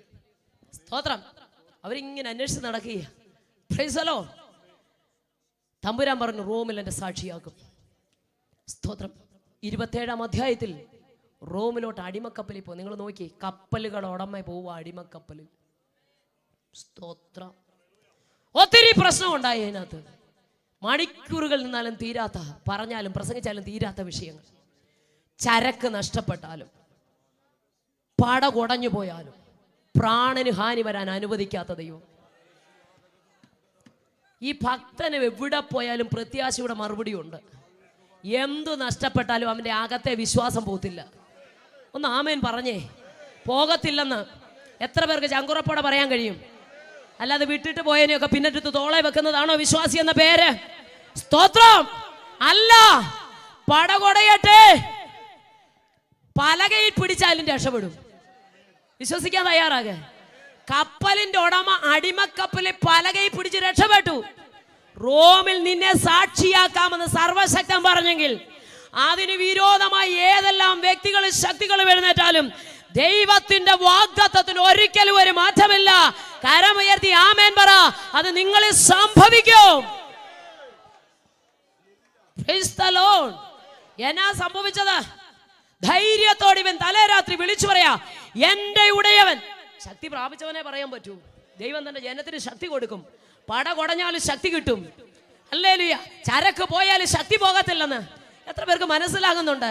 പടകാടി ഉലഞ്ഞോട്ടെ, അല്ലേലേ പലകകൾ ചിതറിപ്പോയാലും അകത്തിരിക്കുന്ന ശക്തി ക്ഷയിക്കത്തില്ല. തലേ രാത്രിയിലും മുട്ടുമടക്കി അല്ലെ ചിതറിപ്പോന്ന പടകിനകത്ത് പ്രാർത്ഥിക്കുക. എന്നിട്ട് ധൈര്യത്തോടെ കപ്പൽ ഉടമയോടും മാലിമിയോടും വിളിച്ചു പറഞ്ഞു, എന്റെ ഉടയവന് ഞാൻ സേവിച്ചു വരുന്ന എന്റെ ദൈവം കഴിഞ്ഞ രാത്രിയിൽ എന്റെ അടുക്കൽ. എത്ര സന്തോഷം ഒന്ന് പറഞ്ഞു നോക്കിക്കേ. എന്റെ ഉടയവൻ. ദാവീദ് പറഞ്ഞു കേട്ടോ, ഞാൻ എന്റെ കണ്ണ് മാത്രം ഉയർത്തിയാൽ മതിയോ? 25-ാം സങ്കീർത്തനത്തിൽ പറഞ്ഞു, ഞാൻ എൻ്റെ മനസ്സുയർത്തും. 77-ാം സങ്കീർത്തനത്തിൽ പറഞ്ഞു, ഞാൻ എൻ്റെ ശബ്ദമുയർത്തും. 63-ാം സങ്കീർത്തനത്തിൽ പറഞ്ഞു, ഞാൻ എൻ്റെ കരമുയർത്തും. നോക്കിക്കേ, മനസ്സുയർത്തി, ശബ്ദമുയർത്തി, കണ്ണുയർത്തി, കരമുയർത്തി. ധൈര്യത്തോടെ പറയാ, എൻ്റെ സഹായം ആകാശത്തെയും അവൻ ഉത്തരമുണ്ട്. ചോദ്യത്തിനകത്ത് തന്നെ ഉത്തരം. എവിടെ നിന്ന് സഹായം വരും? കണ്ണുയർത്തിയ സഹായം, കരമുയർത്തിയ സഹായം, ശബ്ദമുയർത്തിയ സഹായം, മനസ്സുയർത്തിയ പറയാ, എൻ്റെ സഹായം ആകാശത്തെയും ഭൂമിയെയും ഉണ്ടാക്കിയ യഹോവയിൽ നിന്ന് വരും. സ്തോത്രം, സ്തോത്രം, സ്തോത്രം. പിന്നിട്ട പാതകളെ നോക്കിയാൽ നമുക്ക് എല്ലാവർക്കും വേഗസരത്തിൽ പറയാൻ കഴിയും, എബനേസർ മിടുക്കാണോ വന്നേ, ഇത്രത്തോളം യഹോവ ഞങ്ങളെ. ഇനി എന്തായി തീരും ഭാവി? 2020, 2021, 2025 നിങ്ങളുടെ വിശ്വാസം എങ്ങനാകും? ഭാവിയെ നോക്കി പുഞ്ചിരി തൂക്കിക്കൊണ്ട് പറയാം, യഹോവ ഈരേ. സ്തോത്രം, ഹല്ലേലൂയ. ഇവിടെ നോക്ക്, കപ്പലിന്റെ ഉടമസ്ഥൻ പലകയിൽ പിടിച്ച് രക്ഷപ്പെട്ടു വന്നു. ഇപ്പൊ അകപ്പെട്ട ദ്വീപിന്റെ പേര് അമ്മയേക്കാൾ കരുണയുള്ളവർ. എന്നാ കരുണയാ വരുന്ന കയറുന്നുണ്ടെ കാണിക്കുന്നത്. അവരന്നേരം എടുത്ത് താഴെ ഇടും കേട്ടോ. സ്തോത്രം. അവരൊരു തീ കൂട്ടിയിട്ടുണ്ട്. എന്തിനായി തീയ? എന്തിനാ? അതിശൈത്യത്തിൽ നിന്ന് വന്നവരാ ഇവർ. ഇവർക്ക് കൊടുക്കാൻ തീ. ഇന്ന് രാത്രി എന്നെ കേൾക്കുന്ന സഹോദരങ്ങളോട് പറയാം, ബർബരനിട്ട തീക്കകത്തൊന്നും പൗലോസിന്റെ ചൂലല്ലേ തണുപ്പ് മാറുകയല്ല. കാരണം ബർബര നീ ഇട്ട തീ ഇവിടെ തീ കത്തുമ്പോൾ തന്നെ അപ്പുറത്ത് അണലി മറഞ്ഞു കിടപ്പുണ്ട്. തീ ഒരു സൈഡിൽ കത്തുന്നുണ്ട്, അണലി അപ്പുറത്ത് കിടപ്പുണ്ട്. പക്ഷേ അതിശൈത്യത്തിൽ വന്നവൻ ഈ തീ പോരാന്ന് എത്ര പേര് ഗ്രഹിച്ചെന്ന് എനിക്കറിയത്തില്ല. 14 ദിനരാത്രങ്ങൾ സൂര്യനെയോ ചന്ദ്രനെയോ കാണാതെ 14 ദിനരാത്രങ്ങൾ കടന്നുപോയി. ഇത്രയും പ്രതികൂലത്തിന്റെ നടുവിൽ നിന്ന് അവിടെയും പ്രാർത്ഥിച്ചു ജയമേറ്റെടുത്ത ഭക്തൻ, അല്ലെങ്കിൽ ഈ തീയൊന്നും അവന് പോരാ, ഈ ചൂട് അവന് പോരാ. അതുകൊണ്ട് ഇതിനകത്തേക്ക് വന്നവൻ വിറക് പെറുക്കാൻ തയ്യാറായി. കാരണം ബർബരൻ ഇട്ടുകൊടുത്ത തീയുടെ പ്രത്യേകത, അപ്പുറത്തു മാറി ചുരുണ്ട് കിടക്കുന്ന അണലിയുണ്ട്. ഏത് സമയത്തും ആക്രമിക്കുന്ന ശക്തി. അല്ലെ, വിറകിനകത്ത് മറഞ്ഞു കിടപ്പുണ്ട്. ചെറിയ തീ ഇവിടെ കത്തുന്നുണ്ട്. പക്ഷേ അതിശൈത്യത്തിൽ നിന്ന് വന്നവന്, അധികം പ്രതികൂലത്തിൽ നിന്ന് വന്നവന്, അധികം വില കൊടുത്ത് വന്നവൻ ഈ തീ പോരാ, അവൻ ഈ തീ പോരാ. അധികം കഷ്ടം അനുഭവിച്ചവൻ, അധികം വേദന അനുഭവിച്ചവൻ, അധികം പട്ടിണി കിടന്നവൻ, അധികം വില കൊടുത്ത് വന്നവൻ പറയാ, എനിക്കിത് പോരാ. ഇവിടെ മറഞ്ഞു കിടക്കുന്ന അന്ധകാര ശക്തിയെ തകർക്കണം ഇന്ന് രാത്രി. എത്ര പേരത് മനസ്സിലാക്കുന്നുണ്ട്? നീ വിറക് പെറുക്കാൻ തയ്യാറാക, ആഴി വർദ്ധിപ്പിക്കാൻ തയ്യാറാക, തീയുടെ ശക്തി വർദ്ധിപ്പിക്കാൻ തയ്യാറാക. പ്രതികൂലമുണ്ട് മുന്നില്. വിറക് പെറുക്കുന്നവന്റെ കൈമേലാണല്ലോ ചുറ്റും. ആത്മാക്കളെ നേടുന്നവന് പ്രതികൂലമുണ്ട്. കാരണം സ്വർഗം പോലും കുനിഞ്ഞു നോക്കുന്ന ഒറ്റ കാര്യത്തേ ഉള്ളൂ, സുവിശേഷം അറിയിക്കുന്നവരെ. ഹലോ, സ്വോത്രം, സ്വോത്രം, സ്വോത്രം. സുവിശേഷം അറിയിക്കുന്നവരെ സ്വർഗം പോലും കുനിഞ്ഞു നോക്കുന്നു, ദൂതന്മാര് കുനിഞ്ഞു നോക്കുന്നു. ഒറ്റ ശുശ്രൂഷയ്ക്കാൻ നടക്കത്തുള്ളൂ. സ്തോത്രം. അങ്ങനെയെങ്കിൽ ഇത് പെറുക്കുന്നവന്റെ കൈമേലാണല്ലോ ചുറ്റും. കാരണം ഇരിക്കുന്നത് മറഞ്ഞിരിക്കുന്നത് ചെറിയതൊന്നുമല്ല, വലിയ കൊടും വിഷമുള്ളതാ. തീ കത്തുന്നുണ്ടെങ്കിലും മറഞ്ഞിരിക്കുക. പക്ഷെ എന്തോ പ്രത്യേകത ഇവനെന്നറിയാമോ? അതിശൈത്യത്തിൽ നിന്ന് വന്നവൻ, അവൻ ഈ തീ പോരാ. അവൻ ചെന്ന് ഓരോ വിറകുകൾ പെറുക്കാൻ തുടങ്ങി. പെറുക്കിയ നിമിഷത്തിൽ തന്നെ കൈമേൽ അണലു ചുറ്റി. അസാധാരണ ദയ കാണിച്ചവരുടെ മുഖഭാവം അങ്ങ് മാറി. ഏത് കയ്യെ നോക്കി അവരിങ്ങനെ വിളിച്ചു പറഞ്ഞു, അല്ല, ആ കയ്യെ നോക്കി അവർ വിളിച്ചു പറഞ്ഞു. ഏത് അസാധാരണ ദയ കാണിച്ചോ അതേ വ്യക്തികൾ വിളിച്ചു പറയുക, കടലിൽ നിന്ന് രക്ഷപ്പെട്ടിട്ടും നീതിദേവി അവനെ വിട്ടിട്ടില്ല. സഹായിച്ചവർ തന്നെ, സ്നേഹിച്ചവർ തന്നെ, കൈത്താങ്ങൽ തന്നവർ തന്നെ ഒറ്റ സെക്കൻഡ് കൊണ്ട് അവരുടെ മുഖഭാവം അങ്ങ് മാറി. സ്തോത്രം, സ്തോത്രം, സ്തോത്രം. എന്നാ പറഞ്ഞേ? സ്തോത്രം. എന്നാ പറഞ്ഞേ? വീർക്കും, പെട്ടെന്ന് ആപത്ത് വരും, ചത്തു വീഴും. വളരെ ശ്രദ്ധിച്ചേ. ആ ജന്തുവിനെ ഏത് കയ്യെ നോക്കി, അവന്റെ കയ്യിലോട്ട് നോക്കിയിട്ടാ വെല്ലുവിളിച്ച്. അതേ കൈ കൊണ്ട് പുബ്ലിയോസ് എന്ന് പറയുന്ന ദ്വീപ് പ്രമാണിയുടെ അപ്പന്റെ ശിരസിലേക്ക് കൈ അങ്ങ് വെച്ചു. നിന്ദകട നടുവില ശുശ്രൂഷ വെളിപ്പെടുന്നത്, വെല്ലുവിളികളുടെ നടുവില ശുശ്രൂഷ വെളിപ്പെടുന്നത്, പോരാട്ടങ്ങളുടെ നടുവില ശുശ്രൂഷ വെളി. ഇതൊന്നും കണ്ട് ഭാരപ്പെടല്ലേ, ഇതൊന്നും കൊണ്ട് തളർന്നു പോകല്ലേ. വിറക് പെറുക്കിയിട്ടുണ്ടോ? വിറക് പെറുക്കാൻ താല്പര്യം ചെയ്തവനെ സംരക്ഷിക്കുന്ന ഒരു സർവ്വശക്തിയുള്ള ദൈവമുണ്ട്. നീ തീയുടെ ആഴം വർദ്ധിപ്പിച്ചാൽ മതി. അതിനകത്ത് ചിലത് ശക്തികൾ ക്ഷയിക്കും, അതിനകത്ത് ചില ശക്തികൾ കരിഞ്ഞു മാറും.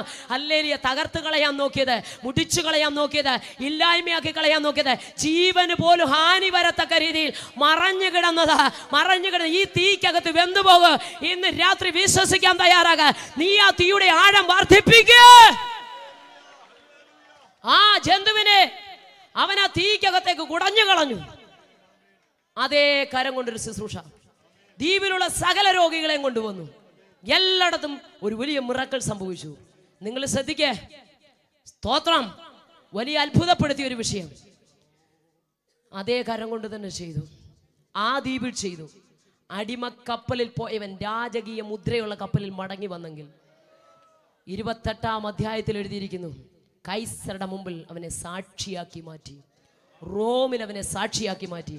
ഇന്ന് രാത്രി വിളിച്ചു പറയാൻ, ദൈവം തൻ്റെ ജനത്തിന് ശക്തി തരും. ഏതെല്ലാം പ്രതികൂലത്തിൽ പോയി കടന്നു പോകേണ്ടി വന്നാലും ശക്തി ക്ഷയിക്കുകയല്ല, പിന്നെയോ പറഞ്ഞേ ശക്തി വർദ്ധിക്കും. സ്തോത്രം. അപ്പൊ ദൈവം തന്റെ ജനത്തിന്, ഏത് ജനം? പണ്ടേ സമ്പാദിച്ച ജനം. ഏത് ജനം? ദൈവം വേലി കെട്ടി സൂക്ഷിക്കുന്ന ജനം. 29 സംഖ്യാപുസ്തകത്തിൽ 9-ാം വാക്യത്തിൽ എഴുതിയിരിക്കുന്നത് ഇങ്ങനെയാണ്, ഇതാ തനിച്ചു പാർക്കുന്ന ജനം. ഈ ജനത്തിന്റെ പ്രത്യേകത പറഞ്ഞേ. അപ്പൊ ദൈവം തന്റെ ജനത്തിന് ശക്തി തരും. ഏത് ജനം? പണ്ടേ സമ്പാദിച്ച ജനം. ഏത് ജനം? ദൈവം വേലി കെട്ടി സൂക്ഷിക്കുന്ന ജനം. സ്തോത്രം. ഇവിടെ നോക്ക, തനിച്ചു പാർക്കുന്ന ജനം. സ്തോത്രം. ശപിക്കാനാ വന്നത്. ഒരുത്തിനും ശപിക്കാൻ പറ്റത്തില്ല. കാരണം അവിടെ എഴുതിയിരിക്കുന്നു, ദൈവം ശപിക്കാത്ത, ദൈവം പ്രാകാത്തവനെ ആര് പ്രാകും? അല്ലേ? ദൈവം ശപിക്കാത്തവനെ ആര് ശപിക്കും? കൂലി കൊടുത്തു കൊണ്ടുവന്നാലും ഹല്ലേലൂയ, ദൈവം തെരഞ്ഞെടുത്തതിനെ തകർക്കാൻ ഒരു ശക്തിക്കും വ്യക്തിക്കും കഴിയില്ല. കരമുയർത്തി ആമേൻ പറ. വിശ്വാസി അധൈര്യപ്പെട്ടു പോകല്ലേ. ഒരു കാര്യം മനസ്സിലാക്കണം, നമ്മൾ ഈ സാധ്യതകളെ നോക്കിയാണ് എല്ലാത്തിനും മാർഗിടുന്നത്. അങ്ങനെ ഇടരുത് കേട്ടോ. പടുത്തെയും ഒരിക്കൽ ഭക്തനോട് പറഞ്ഞു, കുഞ്ഞെ ഒരു 12 ഉണങ്ങിയ വടിയെടുത്തു, ഒറ്റ കെട്ടിനകത്താക്കിക്കൂ. ഒരു കെട്ടിനകത്ത് യഹോവയുടെ സന്നിധി കൊണ്ടുവച്ചു. സ്തോത്രം. മണ്ണുമായിട്ട് ബന്ധമില്ല, വെള്ളത്തിൻ്റെ ഗന്ധം പോലുമില്ല, ഏറ്റവും ഉണങ്ങിയതാ. തമ്പുരാൻ ഒറ്റ രാത്രി കൊണ്ട് തളിർക്കാൻ പോവാന്ന്. നടക്കുമോ? ഏറ്റവും ഉണങ്ങിയതാന്ന് ഓർത്തോണം. ഏറ്റവും ഉണങ്ങിയതാ, സാധ്യതകളേ ഇല്ല. ഞാൻ വൃക്ഷങ്ങളെ കുറിച്ചൊരു പുസ്തകം ഇങ്ങനെ പഠിച്ചപ്പോൾ അവിടെ എഴുതിയിരിക്കുന്നു, ഒരു ബദാം വൃക്ഷം പൂത്ത് ഫലം കായ്ക്കണമെങ്കിൽ 12 വർഷം എടുക്കണമെന്ന്. പക്ഷെ ഇവിടെ തമ്പുരാൻ പറഞ്ഞു, ഒട്ടും സമയമില്ല, ഒറ്റ രാത്രി അത്ത 12 മണിക്കൂർ. നടക്കുമോ എന്ന് പറ. സംഭവിക്കും. നിങ്ങൾ നോക്കി, ഏറ്റവും ഉണങ്ങിയതാ, ഒറ്റ കെട്ടിനകത്താ, മണ്ണുമായി ബന്ധമില്ല, വെള്ളത്തിന്റെ ഗന്ധം പോലുമില്ല. പക്ഷെ തമ്പുരാൻ പറഞ്ഞു, ഞാൻ തെരഞ്ഞെടുത്ത് തളിർക്കുമെന്ന്. സ്വത്രം സ്വത്രം സ്വത്രം സ്വത്രം. എത്ര പേർക്ക് അതിന് ആമേൻ പറയാൻ കഴിയും? സാധ്യതകൾ നോക്കിയാൽ സംഭവിക്കത്തില്ല. സാധ്യതകൾ നോക്കിയ ഒരു തളിർപ്പുണ്ടാകത്തില്ല. പക്ഷെ തമ്പുരാൻ പറഞ്ഞ ഒരു തളിർക്കും, പൂക്കും, ബദാം ഫലം കായ്ക്കും. അതും ഒറ്റ രാത്രി 12 മണിക്കൂർ കൊണ്ട്. ശ്രദ്ധിക്കണമേ സഹോദരങ്ങളെ, ഒറ്റ രാത്രി കൊണ്ട് 12 മണിക്കൂർ കൊണ്ട് മണ്ണുമായി ബന്ധമില്ലാത്തത്, വെള്ളത്തിന്റെ ഗന്ധമില്ലാത്തത്, ഏറ്റവും ഉണങ്ങിയിരിക്കുന്നത്, ഒറ്റ കെട്ടിനകത്തിരിക്കുന്നത് ഒരെണ്ണം തളിർത്തെങ്കിൽ ഇന്ന് രാത്രി പ്രത്യാശ കൈവിടാതെ ദൈവം വാഗ്ദത്തങ്ങളെയല്ല, വാഗ്ദത്തം ചെയ്തവനെ മുരുകെ പിടിച്ചുകൊണ്ട് പ്രത്യാശയിൽ നിലനിൽക്കുന്ന, വിശ്വാസത്തിൽ ഒറ്റയ്ക്ക് നിൽക്കേണ്ടി വന്നാലും ധൈര്യത്തോടെ നിൽക്കുന്ന എന്റെ കൂടപ്പിറപ്പുകളോട്, സഹോദരങ്ങളോട് ഞാൻ വിളിച്ചു പറയാം, ഹല്ലേലൂയ. സാഹചര്യം നോക്കിയ തളിർപ്പുണ്ടാകത്തില്ല. ലോകം ഒരുപക്ഷെ വിധി എഴുതും, ഇതിനകത്തൊരു തളിർപ്പുണ്ടാകത്തില്ല. തലമുറകളെ നോക്കി, കുടുംബത്തെ നോക്കി, കുടുംബജീവിതത്തെ നോക്കി, ഹല്ലേലൂയ, കുഞ്ഞുങ്ങളുടെ വിദ്യാഭ്യാസത്തെ നോക്കി, അവരുടെ ഭാവിയെ നോക്കി ശത്രു പറയാ തളിർക്കത്തില്ല. മാതാപിതാക്കളോട് പറയും, ഇതിന്നൊരു ഫലം നീ അനുഭവിക്കത്തില്ല. ശുശ്രൂഷയെ നോക്കി പറയും, ഇവിടെ ഇത് വേല നിലനിൽക്കത്തില്ല, ഒരു ഫലം ഉണ്ടാകത്തില്ല, ഒരു ഫലം പുറപ്പെടുവിക്കത്തില്ല. സ്തോത്ര. സാഹചര്യം നോക്കിയാൽ അങ്ങനാണെങ്കിലും ഇന്ന് രാത്രി അതിൽ നിന്നൊരു ആത്മീക ദൂതി ഞാൻ വിളിച്ചു പറയാം. മണ്ണുമായി ബന്ധമില്ലെങ്കിലും, വെള്ളത്തിൻ്റെ ഗന്ധമില്ലെങ്കിലും തളിർക്കത്തില്ല, പൂക്കത്തില്ല, ഫലമുണ്ടാകത്തില്ല. ഒരുപക്ഷെ ശാരീരിക അനുഭവങ്ങളെ നോക്കിയായിരിക്കാം പിശാച് പറയുന്നത് ഇനി ഒരു ബലം ഉണ്ടാകത്തില്ലെന്ന്. ഇന്ന് രാത്രി വിളിച്ചു പറയാം, ആ സാധ്യതകളെ നീ നോക്കണ്ട. ഡോക്ടർ തന്ന ബയോപ്സി റിസൾട്ട് ഒരുപക്ഷെ പ്രതികൂലത്തിൻ്റെ ആയിരിക്കാം. നോക്കല്ലേ, സാധ്യതകളെ നോക്കല്ലേ. നീ വിശ്വാസിയാ, നീ ക്രിസ്തുവിന്റെ പൈതലാ. ഉയർത്തെഴുന്നേറ്റവന്റെ ശക്തിയാ നിന്നിൽ വ്യാപരിക്കപ്പെടുന്നത്. വിശ്വസിക്കാൻ തയ്യാറാക. നിന്നിൽ നിറഞ്ഞു നിൽക്കുന്ന ആത്മാഭിഷേകത്തിന്റെ ശക്തി, ക്രിസ്തുവിനെ മരിച്ചവരുടെ ഇടയിൽ നിന്ന് ഉയർപ്പിച്ചവന്റെ ശക്തിയാകയോ.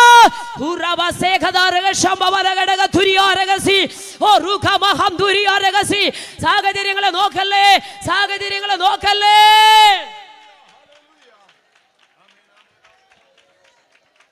ഒറ്റ രാത്രി കൊണ്ട് തളിർത്തു, പൂത്തു, ബദാം ഫലം കായ്ച്ചു. മണ്ണുമായി ബന്ധമില്ലെങ്കിലും വെള്ളത്തിൻ്റെ ഗന്ധമില്ലെങ്കിൽ ഇരിക്കുന്നത് യഹോവയുടെ സന്നിധിയിലാണോ? വിഷയം വെച്ചത് ദൈവസന്നിധിയിലാണോ? തമ്പുരാൻ പറഞ്ഞ് നിന്നെ അടയാളമാക്കി വെക്കും. വിശ്വസിക്കേ. ഞാൻ ഇന്ന് പകൽ പറഞ്ഞ പോലെ നെഹമ്യാവ് ദീർഘവർഷങ്ങളിരുന്ന് കരഞ്ഞു. കൊട്ടാരത്തിലായിരിപ്പ്, കരയേണ്ട ആവശ്യമൊന്നുമില്ല. പക്ഷെ അകത്തൊരു ആത്മഭാരം, ഇടിഞ്ഞു കിടക്കുന്ന മതില്, വെന്ത് കിടക്കുന്ന വാതില്, ആത്മഭാരമുള്ളവൻ്റെ കണ്ണുനീര് സർവശക്തന്റെ സന്നിധി ചെന്നു. പക്ഷെ മറുപടി കിട്ടിയ വെറും 52 ദിവസം കൊണ്ടാ, ഒറ്റ രാത്രി കൊണ്ടാ കിട്ടിയത്. ഒറ്റ രാത്രി കൊണ്ടാ കിട്ടിയത്. ദീർഘവർഷങ്ങളായി കരയുന്ന ചില വിഷയത്തിന്മേൽ ഇന്ന് പകൽ വിളിച്ചു പറയാം. ദീർഘവർഷങ്ങളായി കരയുന്ന ചില വിഷയങ്ങൾ, നാളുകളായി കരയുന്ന വിഷയത്തിന്മേൽ, ദൈവത്തോട് പ്രാർത്ഥിക്കുന്ന ചില വിഷയത്തിന്മേൽ ദൈവത്തിന്റെ പരിശുദ്ധാത്മ ചിലരോട് വിളിച്ചു പറയുന്നു.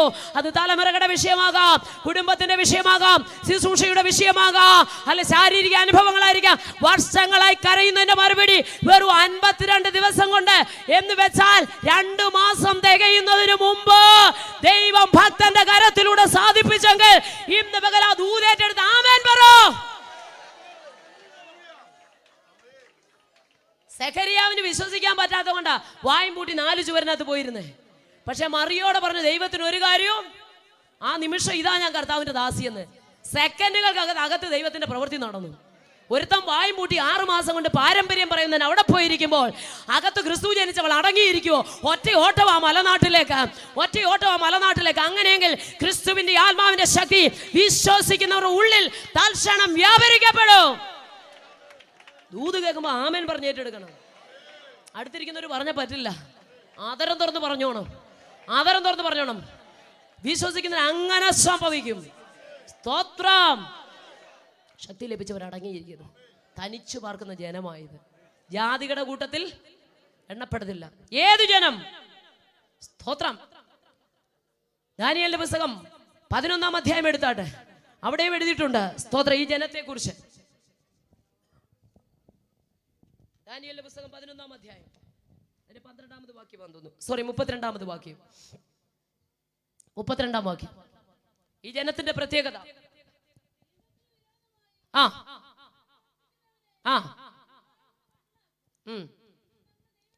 എങ്കിലും ദൈവത്തെ അറിയുന്ന ജനം ഉറച്ചു നിന്ന് വീര്യം പ്രവർത്തിക്കും.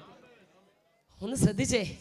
ദൈവത്തെ അറിയുന്നതിന്റെ പ്രത്യേകത കണ്ടോ? കുലുങ്ങി പോകുന്നതിനല്ല, ആടി പോകുന്നവനല്ല, വിറച്ചു പോകുന്നവനല്ല, വീണു പോയവനെ നോക്കി അങ്ങോട്ട് പോകുന്നവനല്ല, ആ വാർത്തയെ നോക്കി ഈ വാർത്തയെ നോക്കി പോകുന്നവനല്ല. പിന്നെയോ ദൈവത്തിന് വേണ്ടി ഇതൊക്കെ കാണുമ്പോൾ ഇതൊക്കെ അന്ത്യകാല ലക്ഷണമെന്നാ മനസ്സിലാക്കി ഉറച്ചു നിന്ന് ദൈവത്തിന് വേണ്ടി വീര്യം പ്രവർത്തിക്കും.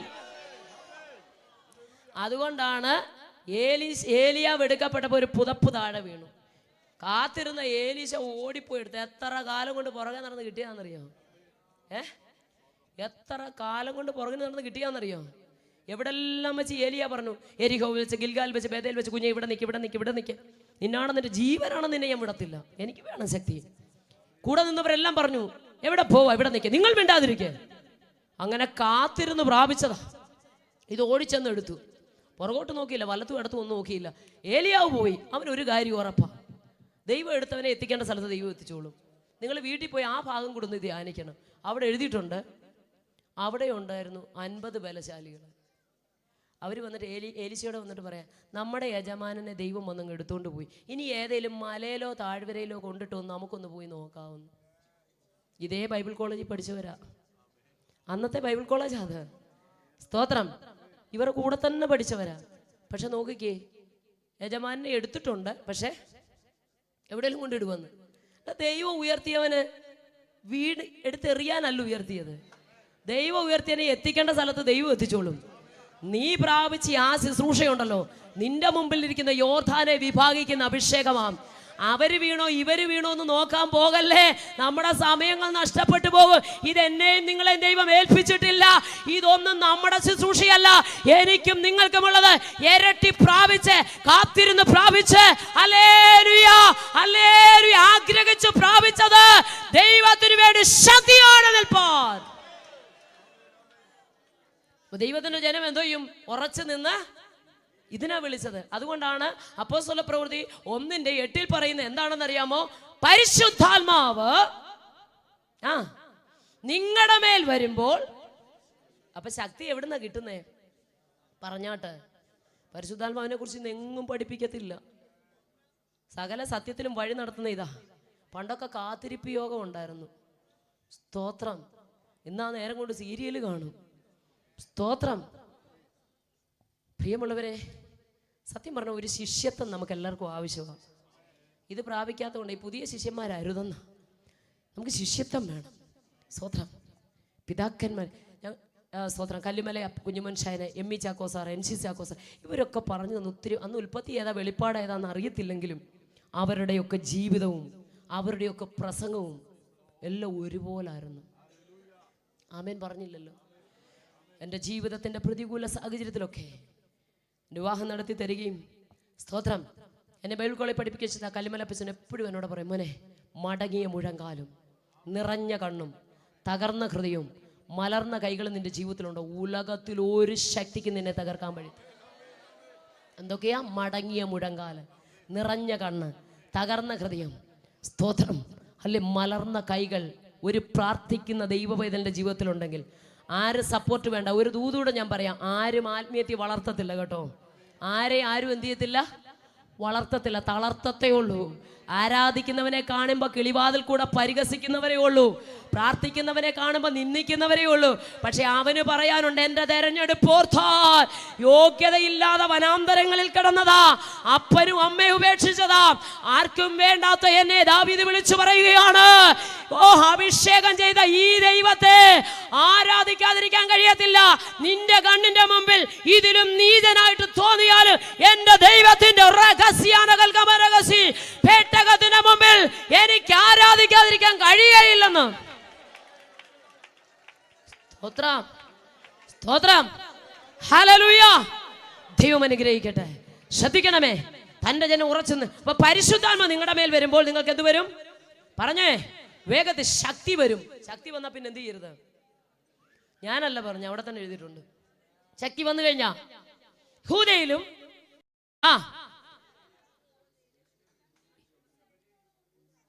സ്തോത്രം, കസേരയിട്ട് ഇരിക്കാനല്ല പറഞ്ഞത്, യെരുശലേമിലും യഹൂദയിൽ എല്ലായിടത്തും ശമരിയിലും ഭൂമിയുടെ അറ്റത്തോളം. പറഞ്ഞേ, ശക്തി ലഭിച്ച പൗലോസ് കസേരയിട്ട്, എനിക്ക് ശക്തി ലഭിച്ചത് ദമസ്കോസിന്റെ പടിവാതിൽക്കൽ വെച്ച് എന്നെ തൊട്ടായിരുന്നു. കസേരയിട്ടിരുന്നോ? ഒടുവിൽ പറഞ്ഞു, ഞാൻ നല്ല ഓട്ടം തികച്ചു. സ്തോത്രം, വിശ്വാസം കാത്തു, ഇനി നീതിയുടെ കിരീടം. അപ്പൊ ശക്തി ലഭിച്ചവൻ ഓട്ടമുണ്ട്.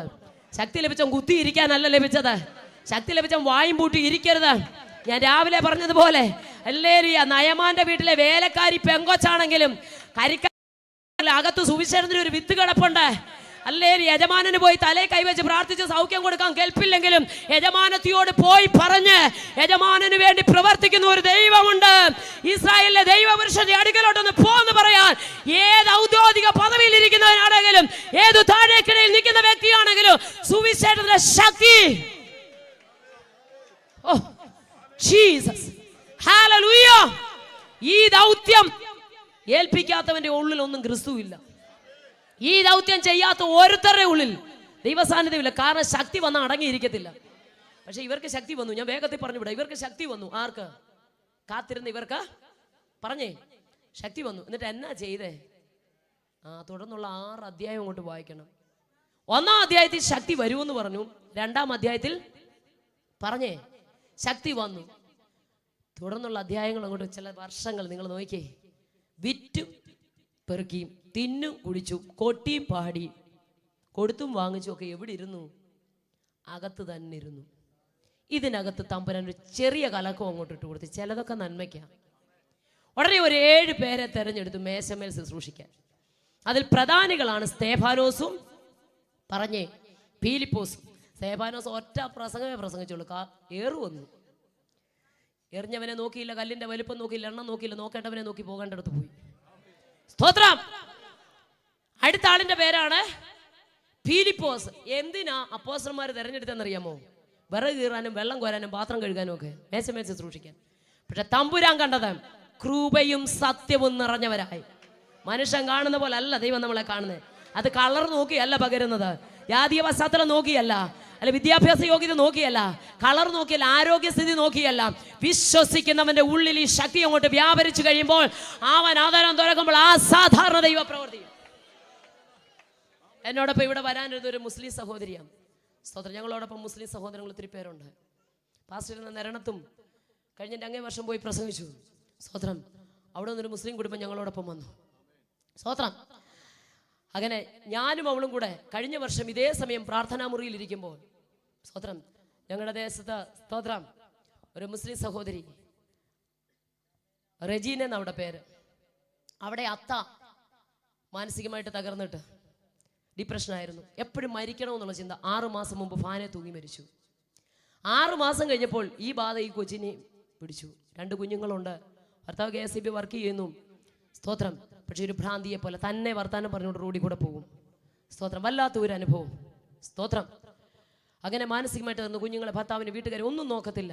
മാനസികമായി തകർന്നു. ഒറ്റ കാര്യം അവൾ പറയത്തില്ല, എനിക്ക് മരിക്കണം, എനിക്ക് മരിക്കണം, എനിക്ക് മരിക്കണം. പിശാചിന്റെ തന്ത്രം നോക്കാം. സ്തോത്രം. കുടുംബത്തെ മുഴുവൻ ഇല്ലായ്മ ചെയ്യുക. പോകാത്ത ഇടങ്ങളില്ല. അവരുടെയൊക്കെ സാഹചര്യം നിങ്ങൾക്ക് അറിയാമല്ലോ. അവരവരുടെ അവിടെയൊക്കെ ഒക്കാത്ത കൊണ്ട് അമ്പലങ്ങളിൽ വരെ പോയി, പള്ളികളിൽ പോയി. ഒരു രക്ഷയില്ല. മാനസികമായി തകർക്കപ്പെട്ട അവസ്ഥയിൽ ഭവനത്തിൽ ഇങ്ങനെ ഇരിക്കുക. അടുത്തൊരു സൂപ്പർ മാർക്കറ്റ് ഉണ്ട് ഞങ്ങളുടെ ദേശത്ത്. ആ സൂപ്പർ മാർക്കറ്റ് നടത്തുന്ന ഓർത്തഡോക്സിലുള്ള ഒരു അമ്മാമ്മയാണ്. ഒരിക്കൽ ഇദ്ദേഹം അവിടെ ചെന്നപ്പോൾ അമ്മാമ്മ പറഞ്ഞു, രജനി ഒന്ന് കൊണ്ടുവരണേ. ഭർത്താവ് പറഞ്ഞു തീർച്ചയായിട്ടും കൊണ്ടുവരാം, ഈ ഒരു അവസ്ഥയിൽ ഇരിക്കുക.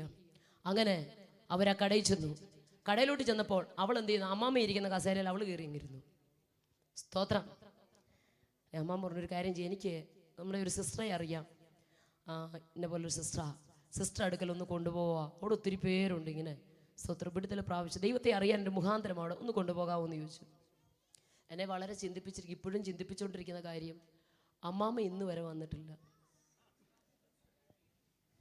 സ്തോത്രം. ചിലരിങ്ങനെ ചൂണ്ടുപലകയാ, ഇങ്ങനെ നിൽക്കും, നല്ല വഴുതുകൊണ്ട് അതിലേ പോയാൽ രക്ഷയുണ്ടെന്ന്.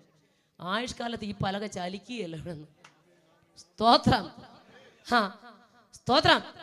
എന്നാ സംഭവിച്ചെന്നറിയാമോ? ഇവളെ പറഞ്ഞു വിട്ടു. ഇവൾ അങ്ങോട്ട് വന്നിട്ട് വീട്ടിലോട്ട് കയറിയപ്പം കരണത്തുനിന്ന് വന്ന മുസ്ലിം കൊച്ചു ഞാനും കൂടി ഇരുന്ന് പ്രാർത്ഥിച്ചുകൊണ്ടിരിക്കും. ഇവർക്ക് പിന്നെ ഭയങ്കര സ്നേഹമാണ്. ഇവളും ഒരു മുസ്ലിമാണെന്ന് കണ്ടപ്പോൾ മറ്റേ കൊച്ചെന്നോട് പറഞ്ഞു, ആൻറ്റി ഇവളെ പ്രാർത്ഥിച്ച് വിടുതൽ കൊടുത്തല്ലാതെ നമുക്ക് വിടരുത്. സ്തോത്രം. അവർക്ക് നമ്മളെ പോലുള്ള ഭയങ്കര സ്നേഹമാണ്. സ്തോത്രം. അങ്ങനെ ആ കൊച്ചു വന്നു. സ്തോത്രം. വെള്ളമൊക്കെ കൊടുത്തു. ഒടുവിൽ പ്രാർത്ഥനകൾ മുകളിലോട്ട് അങ്ങോട്ട് കയറി. അവിടെ ചെന്നപ്പോൾ ഇവിടെ ഭാവവും രൂപമൊക്കെ അങ്ങ് മാറി. സ്തോത്രം. എന്നോട് ആദ്യം താഴെ വെച്ച് മരിക്കണമെന്നാണ് പറഞ്ഞേ. സ്തോത്രം. അതിനുശേഷം മുകളിൽ വന്നപ്പോൾ ഞാൻ ലൂസിഫറാന്ന് പറഞ്ഞു തുടങ്ങി. സ്തോത്രം. ഞാൻ പറഞ്ഞത് ദൈവശക്തി ഇറങ്ങി വന്ന പിന്നെ ഒരു ശക്തിക്കും അവിടെ സ്ഥാനമില്ല. പരിശുദ്ധാത്മാവിൻ്റെ ശക്തി ഇറങ്ങി വന്നു. അവളിൽ കുടിയിരുന്ന അന്ധകാര പൈശാചിക ശക്തികൾ അവളെ വിട്ടു മാറി. ഇന്ന് എന്നോടൊപ്പം ശുശ്രൂഷയ്ക്ക് അനേക ഇടങ്ങളിലേക്ക് അവൾ വരിക മാത്രമല്ല, അവൾ ബൈബിൾ കോളേജിൽ പഠിക്കുന്നുണ്ട്. മറ്റേ കുട്ടി മഹല്ലിൽ ഭർത്താവും എല്ലാം ബൈബിൾ കോളേജിൽ പഠിക്കാൻ. ഞാൻ പറഞ്ഞതിൻ്റെ സാരം, ദൈവശക്തി അകത്ത് പരിവർത്തിച്ചു കഴിഞ്ഞാൽ, ആത്മാവിൻ്റെ ശക്തി ഇറങ്ങി വന്നാൽ പിന്നൊരു അന്ധകാര ശക്തിക്ക് അവിടെ സ്ഥാനമില്ല. സ്തോത്രം. ഇവിടെ നോക്ക, ശക്തി വന്നു കഴിഞ്ഞാൽ ആള് മാറിയവരെ പോലെയാകും. ഫിലിപ്പോസിന്റെ പ്രത്യേകത, ഇവര് തിരഞ്ഞെടുത്ത് മേശമേശ സൂക്ഷിക്കാനാണെങ്കിലും എന്നിൽ നിറഞ്ഞ അഭിഷേകത്തെ കുറിച്ച് അവനൊരു ബോധ്യമുണ്ട്. എന്നാ സംഭവിച്ചെന്നറിയാമോ? 8-ാം അധ്യായം 4-ാം വാക്യത്തിൽ അവൻ ശമരിയയിലേക്ക് പോയി. ശമരിയ സങ്കരവർഗമാ. യഹൂദന്മാർക്ക് ശമരിയക്കാരുമായിട്ട് ഒരു സംസർഗവുമില്ല. പക്ഷെ ഒരു കാര്യം, ദൈവം ഏൽപ്പിച്ചത് എവിടെയും പോയി ചെയ്യുവാൻ ചങ്കുറപ്പുള്ളവൻ വേണം ശുശ്രൂഷയിൽ മുന്നോട്ട് വരാൻ. ഹല്ലേലൂയ. അവൻ പോയി അവിടെ ഒരു ദൈവിക പ്രവൃത്തി യേശുവിന്റെ നാമത്തിൽ എന്ന് പറഞ്ഞപ്പോൾ അവിടെ ദൈവിക ചലനം സംഭവിച്ചു. 14-ാം വാക്യം, ശമരിയക്കാർ ദൈവവചനം കൈക്കൊണ്ടെന്ന് അകത്തിരിക്കുന്ന മിടുക്കന്മാർ അറിഞ്ഞു. സ്തോത്രം. പത്രോസും യോഹന്നാനും ചാടി എഴുന്നേറ്റ് ശമരിയയിലേക്ക് പോകാൻ. ഈ യോഹന്നാൻ ആരാന്നറിയാമോ? പണ്ട് സ്തോത്രം, യേശുവിനോടൊക്കെ നടക്കുമ്പോൾ ഇവൻ എന്നാ പറഞ്ഞെന്നറിയാമോ? ശമരിയ നോക്കിയിട്ട് പറഞ്ഞു, യേശുവേ, ഈ ശമരിയ ജനത്തെ ഏലിയാവ് കൊണ്ട് ആകാശത്ത് തീ ഇറക്കി ദഹിപ്പിച്ച പോലെ ദഹിപ്പിച്ച് കളയട്ടെ എന്ന് യേശു എന്നെ സൂക്ഷിച്ചു നോക്കിയിട്ട് പറഞ്ഞു, നീ ഏതാത്മാവിനെയാ പ്രാപിച്ചേ? ഇപ്പൊ നോക്ക്, ശമരിയ നേടാൻ യോഹന്നാൻ പോവാ. 25-ാം വാക്യത്തിൽ ഫിലിപ്പോസിനോട് ദൈവം പറഞ്ഞു, കുഞ്ഞേ, ഗസയ്ക്കുള്ള ഏത് ദേശമാ? നിർജ്ജന പ്രദേശം. നിർജ്ജനം എന്ന് വെച്ചാൽ ജനവാസം ഇല്ലാത്തടത്തോട് പൊക്കോളാനാണ്. സ്തോത്രം. ആര് പോകും? ഇന്ന് ശുശ്രൂഷയ്ക്ക് ഒരിടത്ത് പോകുമ്പോൾ ആദ്യം നമ്മൾ ചോദിക്കുന്നത് റേഞ്ച് കിട്ടുന്നിടമാണോ? ഞാൻ വന്ന വീട്ടിൽ ഞാൻ 3-4 പ്രാവശ്യം പള്ളിയിൽ പോയി എന്ന് വിളിച്ചു. സ്തോത്രം. റേഞ്ച് കിട്ടുന്നിടമാണോ, ബാങ്കുണ്ടോ, സ്കൂളുണ്ടോ, ATM ഉണ്ടോ, എന്തായാലും ഒന്നും മിണ്ടാത്തെ. ഇതൊക്കെ തിരക്കിയിട്ടല്ലാതെ ഒരെണ്ണം പോവുകയല്ല. നിർജ്ജനമെന്ന് വെച്ചാൽ ജനവാസം ഇല്ലാത്തടത്തോട്ട് പൊക്കോളാൻ ഒന്നും നോക്കിയില്ല. ദൈവമാണ് ശുശ്രൂഷ ഏൽപ്പിച്ചതെങ്കിൽ എവിടെ അയച്ചാലും ഓടിക്കോണം, എവിടെ പറഞ്ഞു വിട്ടാലും പൊക്കോണം. സ്തോത്രം. പോയി. ഈ സമയത്ത് കന്തക്കെ എന്ന ഐത്തോപ്യ രാജ്ഞിയുടെ ഷണൻ മന്ത്രിയാ, ആഫ്രിക്കക്കാരനാ. അവൻ യെരുശലേം ദേവാലയത്തിൽ പോയി ആരാധന കഴിഞ്ഞ് തിരിച്ചു വരികയാ. സ്തോത്രം. പള്ളിയിൽ പോയി യോഗം കഴിഞ്ഞ് തിരിച്ചു വരിക. തേരിലിരുന്നു കൊണ്ട് യെശയ്യാ പ്രവചന പുസ്തകം വായിക്കുന്നു. ഞാനത് വായിച്ചപ്പോൾ ഞെട്ടിപ്പോയി. തമ്പുരാനെ, പള്ളിയിൽ പോയി ആരാധന കഴിഞ്ഞ് തിരിച്ചു വരുമ്പോൾ കാറിലിരുന്നുകൊണ്ട് ബൈബിൾ വായിക്കുന്ന എത്ര പേരുണ്ട്? ഹലോ, വീട്ടിൽ നിന്ന് വായിക്കത്തില്ല മര്യാദയ്ക്ക്. പിന്നെ ഞാൻ പറയാറുണ്ട്, ഈ മദ്യപാന്മാരാകുന്ന അച്ചായന്മാർ വീട്ടിലുണ്ടെങ്കിൽ അമ്മമ്മമാർ സ്വരൂപിച്ച് കിട്ടുന്ന പൈസ എവിടെ വെക്കുന്നതെന്ന് അറിയാം? കടുക് പാട്ടയും ജീരകപ്പാട്ടയും സകല പാട്ടയും അരിപ്പാട്ടയും അച്ചായം കുത്തി തുറന്നാലും ആയുഷ്കാലത്ത് ആ മനുഷ്യന് ഇത് തുറക്കത്തില്ല. എല്ലാം ഇതിൽ വെച്ചാൽ മതി. സ്തോത്രം. ചിലയിടത്ത് എല്ലാം debit card, credit card, pan card, ration card, സകല കാർഡും ഗ്യാസിൻ്റെ പേപ്പർ വരെ ഇതിനകത്താ. പിള്ളേർ പോലും എടുത്ത് തുറക്കത്തില്ല, അലമാരി പോലും ഇരിക്കുക. സ്തോത്രം. ഇവിടെ നോക്കിയേ, പള്ളിയിൽ പോയി ആരാധന കഴിഞ്ഞ് തിരിച്ചു വന്നിരുന്നുകൊണ്ട് തേരിലിരുന്നുകൊണ്ട് പിന്നെ അങ്ങ് വായനയാണ്, ന്യായപ്രമാണം വായിക്കുക. സ്തോത്രം. തമ്പുരാൻ ഫിലിപ്പോസിനോട് പറഞ്ഞു, കുഞ്ഞെ തേരിനോട് ചേർന്ന് നടക്കുക. തേരിനോട് ചേർന്ന് നടന്നു. അവിടെ എഴുതിയിരിക്കുന്നത് ഇങ്ങനെയാ: തേരിനോട് ചേർന്ന് നടന്ന ഫിലിപ്പോസ് അകത്തിരുന്ന് ഉറക്ക വായിക്കുന്ന. അല്ലെ, പണ്ടൊക്കെ ഞങ്ങളുടെ നാട്ടിൽ ഞങ്ങൾ കേട്ടിട്ടുണ്ട്, ചില അപ്പച്ചന്മാരൊക്കെ കടത്തിണ്ണേ വന്നിരുന്നുണ്ട്, പാസ്റ്റോടെ ഒരു പത്രം വായിക്കും, ഉറക്ക വായിക്കും. പണ്ട് ഞങ്ങളുടെ അടുത്തൊരു അപ്പച്ചൻ വായിച്ചതാ, കൊല്ലത്ത് കടലക്കറി മണം. കടലക്കറി മണമല്ലായിരുന്നു, കടലാക്രമണമായിരുന്നു. സ്തോത്രം. അങ്ങനെ ഉറക്ക വായിക്കുന്നവരുണ്ട്. അപ്പൊ നോക്കിക്കേ, അവിടെ എഴുതിയിട്ടുണ്ട് ഉറക്ക വായിക്കുക. എന്നാ വായിക്കുന്നേ? ന്യായപ്രമാണ പുസ്തകം വായിക്കുക. എന്താ ഇതിൽ എഴുതിയിരിക്കുന്നത്? ദീർഘദർശിയായ യെശയ്യാവ് എൻ്റെ യേശു കർത്താവിനെ കുറിച്ച് വർഷങ്ങൾക്ക് മുമ്പ് എഴുതി വച്ചിരിക്കുന്ന കാര്യം അറുപ്പാനുള്ള ആടിനെ പോലെ അവനെ കൊണ്ടുപോയി രോമം കത്തിരിക്കുന്നവരെ മിണ്ടാതിരുന്ന കുഞ്ഞാടിനെ പോലെ എന്ന സ്വതന്ത്രം ക്രിസ്തുവിനെ കുറിച്ചുള്ള സത്യങ്ങളെ ന്യായപ്രമാണത്തിൽ നിന്ന് ഉറക്ക വായിക്കുക. വായിക്കുന്നത് വല്ലോ ഗ്രഹിക്കുന്നു എന്ന് ചോദിച്ച ചോദ്യത്തിന് അവൻ കൊടുത്ത് മറുപടി കേൾക്കണോ? ഒരുവൻ പൊരുൾ തിരിച്ചു തരാനില്ലെങ്കിൽ അപ്പോൾ അവിടെ പോയിരുന്ന എന്തിനായിരുന്നു? ഹലോ ഹലോ, എവിടെ പോയിട്ടാ വന്നേ? ആ പള്ളിയിൽ പോയിട്ട് വന്നതാ, ഒന്നും കിട്ടിയില്ല. എന്നിട്ട് ഒരു വെളിവുമില്ലാത്തൊരു ചോദ്യം കൂടെ അവിടെ ചോദിക്കുന്നുണ്ട്. ഇത്രയും വായിച്ച് പഠിച്ചിട്ട് ചോദിക്കുക, ഇത് പ്രവാചകൻ ആരെക്കുറിച്ചാ പറയുന്നത്? തന്നെ കുറിച്ച് തന്നെ ആണോ വേറൊരുത്തനെ കുറിച്ചാണോ എന്ന് ഇതുപോലും അറിയാൻ വയ്യാതെ കാലങ്ങൾ കൊണ്ട് അവിടെ പോയി കുത്തിയിരിക്കുക. പുസ്തകവും വായിക്കുന്നുണ്ട്, പോകുന്നുമുണ്ട്. സ്തോത്രം സ്തോത്രം ഹല്ലേലൂയ. ഈ 18 വർഷം കൂനിയായ സ്ത്രീ പള്ളിക്കകത്തുണ്ടായിരുന്നു, കണ്ടോ? സ്തോത്രം. കൂനിയാണേലും പള്ളി പോവും. പള്ളി കാണത്തില്ല, പള്ളിക്കാരെ കാണത്തില്ല, കൂടെ വരുന്നവരെ കാണത്തില്ലല്ലോ, പള്ളി പോവും. 18 വർഷം ഭൂതമുണ്ട്, ഭൂതവും പള്ളി പോകുന്നുണ്ട്. ഒറ്റ ഒരു മനുഷ്യൻ അറിഞ്ഞില്ല.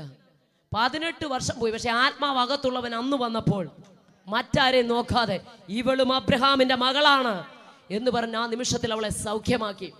അപ്പൊ നോക്കിയ, പൊരുള് തിരിച്ചു വരണമെങ്കിൽ ആര് വേണം? ശക്തിയുള്ളവൻ വേണം. ഒന്ന് പറ. ശക്തി പ്രാപിച്ചവന് മാത്രമേ പൊരുൾ തിരിക്കാൻ കഴിയത്തുള്ളൂ.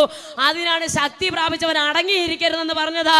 ഈ പന്തലിനകത്ത് നോക്കിയേ, ഇത്രയും പേരുണ്ട്. ശക്തി പ്രാപിച്ച് എന്തും മാത്രമുണ്ട്. എത്ര കൊല്ലം കൊണ്ട് മാറിയിരിക്കുക, എത്ര കൊല്ലം കൊണ്ട് മറഞ്ഞിരിക്കുക. ഇന്ന് രാത്രി 2020 തമ്പുരാൻ ചോദിക്കുന്നു, ഏലിയാവേ, കഴിച്ച അപ്പത്തിന്റെ ബലം കൊണ്ട് 40 രാവും 40 പകലും നടന്നു ഹോരേബിൽ പോയി മറഞ്ഞിരിക്കാനല്ല.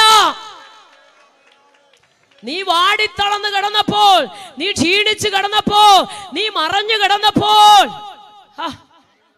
ജീസസ് നിന്റെ അകത്തെ മനുഷ്യനെ ബലപ്പെടുത്തുന്ന അപ്പവും തുരുത്തിയിലെ വെള്ളം തന്നു നിന്നെ ബലപ്പെടുത്തിയത് നിന്റെ സ്വന്തം ഇഷ്ടപ്രകാരം കേറിപ്പോയി നീ മറഞ്ഞിരിക്കേണ്ടവനല്ല. ദേശവ്യാപകമായി കുടിയിരിക്കുന്ന ഇസബേൽ എന്ന അന്ധകാര ശക്തിയെ തകർക്കാൻ ഒരു യേഹുവിനെ കൂട്ടുകാരുടെ ഇടയിൽ നിന്ന് അഭിഷേകം ചെയ്തു കൊണ്ടുവരുവാൻ നിന്റെ മേലൊരു കൃപയുണ്ട്. ആ കൃപയുമായി നീ മറഞ്ഞിരിക്കല്ലേ.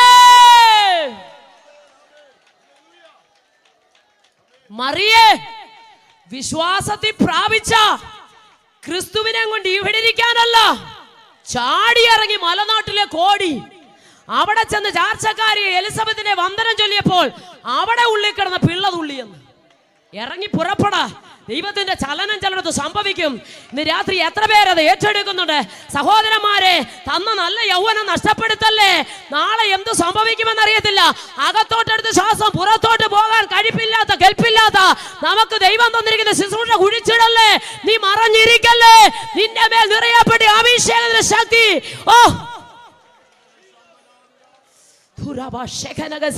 ദൈവാത്മാവ് പകലും പറയുക, രാത്രിയും പറയുക, വേലയ്ക്ക് ദൈവത്തിന്റെ നാമത്തിന് വേണ്ടി ഇറങ്ങ.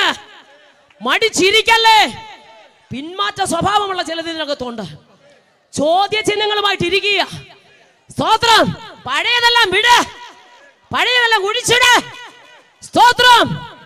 ഞാൻ മുമ്പേ പറഞ്ഞ പോലെ മോശയുടെ കൂടെ നിൽക്കുമ്പോ അഹരോൻ യഹോവ അത്ഭുതങ്ങളുടെ ദൈവം, ജനത്തിന്റെ കൂടെ വരുമ്പോ കാളക്കുട്ടി പുറത്തു. ആ സ്വഭാവം ഒരിക്കലും ഉണ്ടാകരുത്. നീ യേശുവിന്റെ പൈതലാണെങ്കിൽ, ശക്തി പ്രാപിച്ചവനാണെങ്കിൽ ദൈവത്തിന് വേണ്ടി മാത്രം നിൽക്ക്. പിന്മാറ്റത്തെ ചികിത്സിച്ച് സുഖമാക്കുന്ന ഒരു കർത്താവ് നമ്മുടെ നടുവിലുണ്ട്. ഇന്ന് രാത്രി ഒരു ശുദ്ധീകരണം പ്രാപിച്ചു വേണം നമുക്ക് പോകാൻ. ദൈവത്തെ കണ്ട് ദൈവത്തിന് വേണ്ടി നിന്ന് ആദരം തുറക്കും. ആത്മചൈതന്യ, ആത്മപകർച്ച ഇതിനകത്ത് വെളിപ്പെടട്ടെ. വലിയൊരു ദൈവപ്രവൃത്തി നമ്മുടെ മുനിയറ ബൈബിൾ കൺവെൻഷനിൽ ഇന്ന് വരെ കണ്ടിട്ടില്ലാത്ത രീതി ഈ 2020 കർത്താവേ എന്നിൽ പ്രാപിച്ച ദൈവിക ചലനവുമായി ഞാൻ മറഞ്ഞിരിക്കേണ്ടവനല്ല.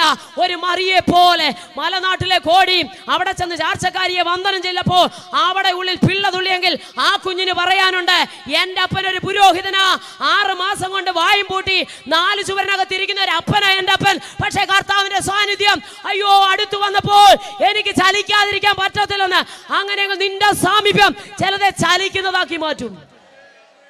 വിശ്വസിക്കുന്ന രാമൻ പറ. സ്തോത്രം, സ്തോത്രം. സമയം മുന്നോട്ട് ഒത്തിരി പോയി. പ്രിയമുള്ളവരെ, എന്നാ സംഭവിച്ചെന്നറിയോ? അവിടെ എഴുതിയിരിക്കുന്നത് ഇങ്ങനെയാ. സ്തോത്രം. പൊരുള് തിരിച്ച് ആരംഭം മുതൽ അവസാനം വരെ യേശു ആര്? സത്യം. ഈ പറഞ്ഞത് ആരെ കുറിച്ച്? പൊരുള് തിരിച്ച് പീലിപ്പോസ് എന്ന അഭിഷിക്തൻ, ദൈവം അയച്ചവൻ, മന്ത്രിയോട് വിവരിച്ചു പറഞ്ഞു. രക്ഷിക്കപ്പെടാൻ പറഞ്ഞില്ല, സ്നാനപ്പെടാൻ പറഞ്ഞില്ല, അഭിഷേകം പ്രാപിക്കാൻ പറഞ്ഞില്ല. യേശുവിനകത്തെല്ലാം ഉണ്ട്. അതുകൊണ്ട് ആ ഭിക്ഷക്കാരനായി ബർത്തിമായി അവിടെ നിന്നുകൊണ്ട് ഒരൊറ്റ വിളി വിളിച്ചു, ദാവീദ് പുത്ര, കാഴ്ച വേണമെന്നോ? കരുണയുണ്ടായാൽ എല്ലാം ഉണ്ട്. അതിനകത്ത് കരുണയുണ്ടായ കാഴ്ച ഉറപ്പാണ്. ഒതുക്കാൻ ഒത്തിരി പേര് നോക്കി, പുറത്തുള്ളവരാരുമല്ല യേശുവിൻ്റെ ഒപ്പം നടന്നൊരു മിണ്ടരുത്, അടങ്ങ. പക്ഷെ അന്ധനാണേലും അന്തസ്സുള്ളവനായിരുന്നു. മിണ്ടരുതടാന്ന് പറഞ്ഞോടുന്നുള്ളൂ, ഉറക്ക വിളിച്ചു യേശുവേ. സത്യം തിരിച്ചവൻ അടങ്ങിയിരിക്കത്തില്ല. ദാവീദ് പുത്ര എന്ന് വിളിക്കാൻ കാരണം എന്നാണെന്നറിയാമോ? അന്ധനാണേലും ജഗടനല്ല. ഓർമ്മ വെച്ച നാൾ മുതൽ കേട്ടു വളർന്ന ന്യായപ്രമാണത്തിനൊരു കാതലായ സത്യമുണ്ട്. ഇശായുടെ കുറ്റിയിൽ നിന്നൊരു മുള പൊട്ടിപ്പുറപ്പെടും. ദാവീദിന്റെ കുടുംബത്തിൽ ഒരുവൻ പിറക്കും, നസ്രയനായ യേശു എന്ന പേരിൽ അറിയപ്പെടും. അന്തർക്ക് കാഴ്ച കൊടുക്കുന്നവർ, ഊമരെ സംസാരിക്കുമാറാക്കുന്ന, ചെകിടർക്ക് കേട്ടി കൊടുക്കുന്നവനാണ്. ന്യായപ്രമാണത്തിന് കാതലായ മാർമിക സത്യങ്ങൾ അന്തരാണെങ്കിലും ചെകിടനല്ലാത്തവൻ കേട്ടത് ഹൃദയത്തിൽ.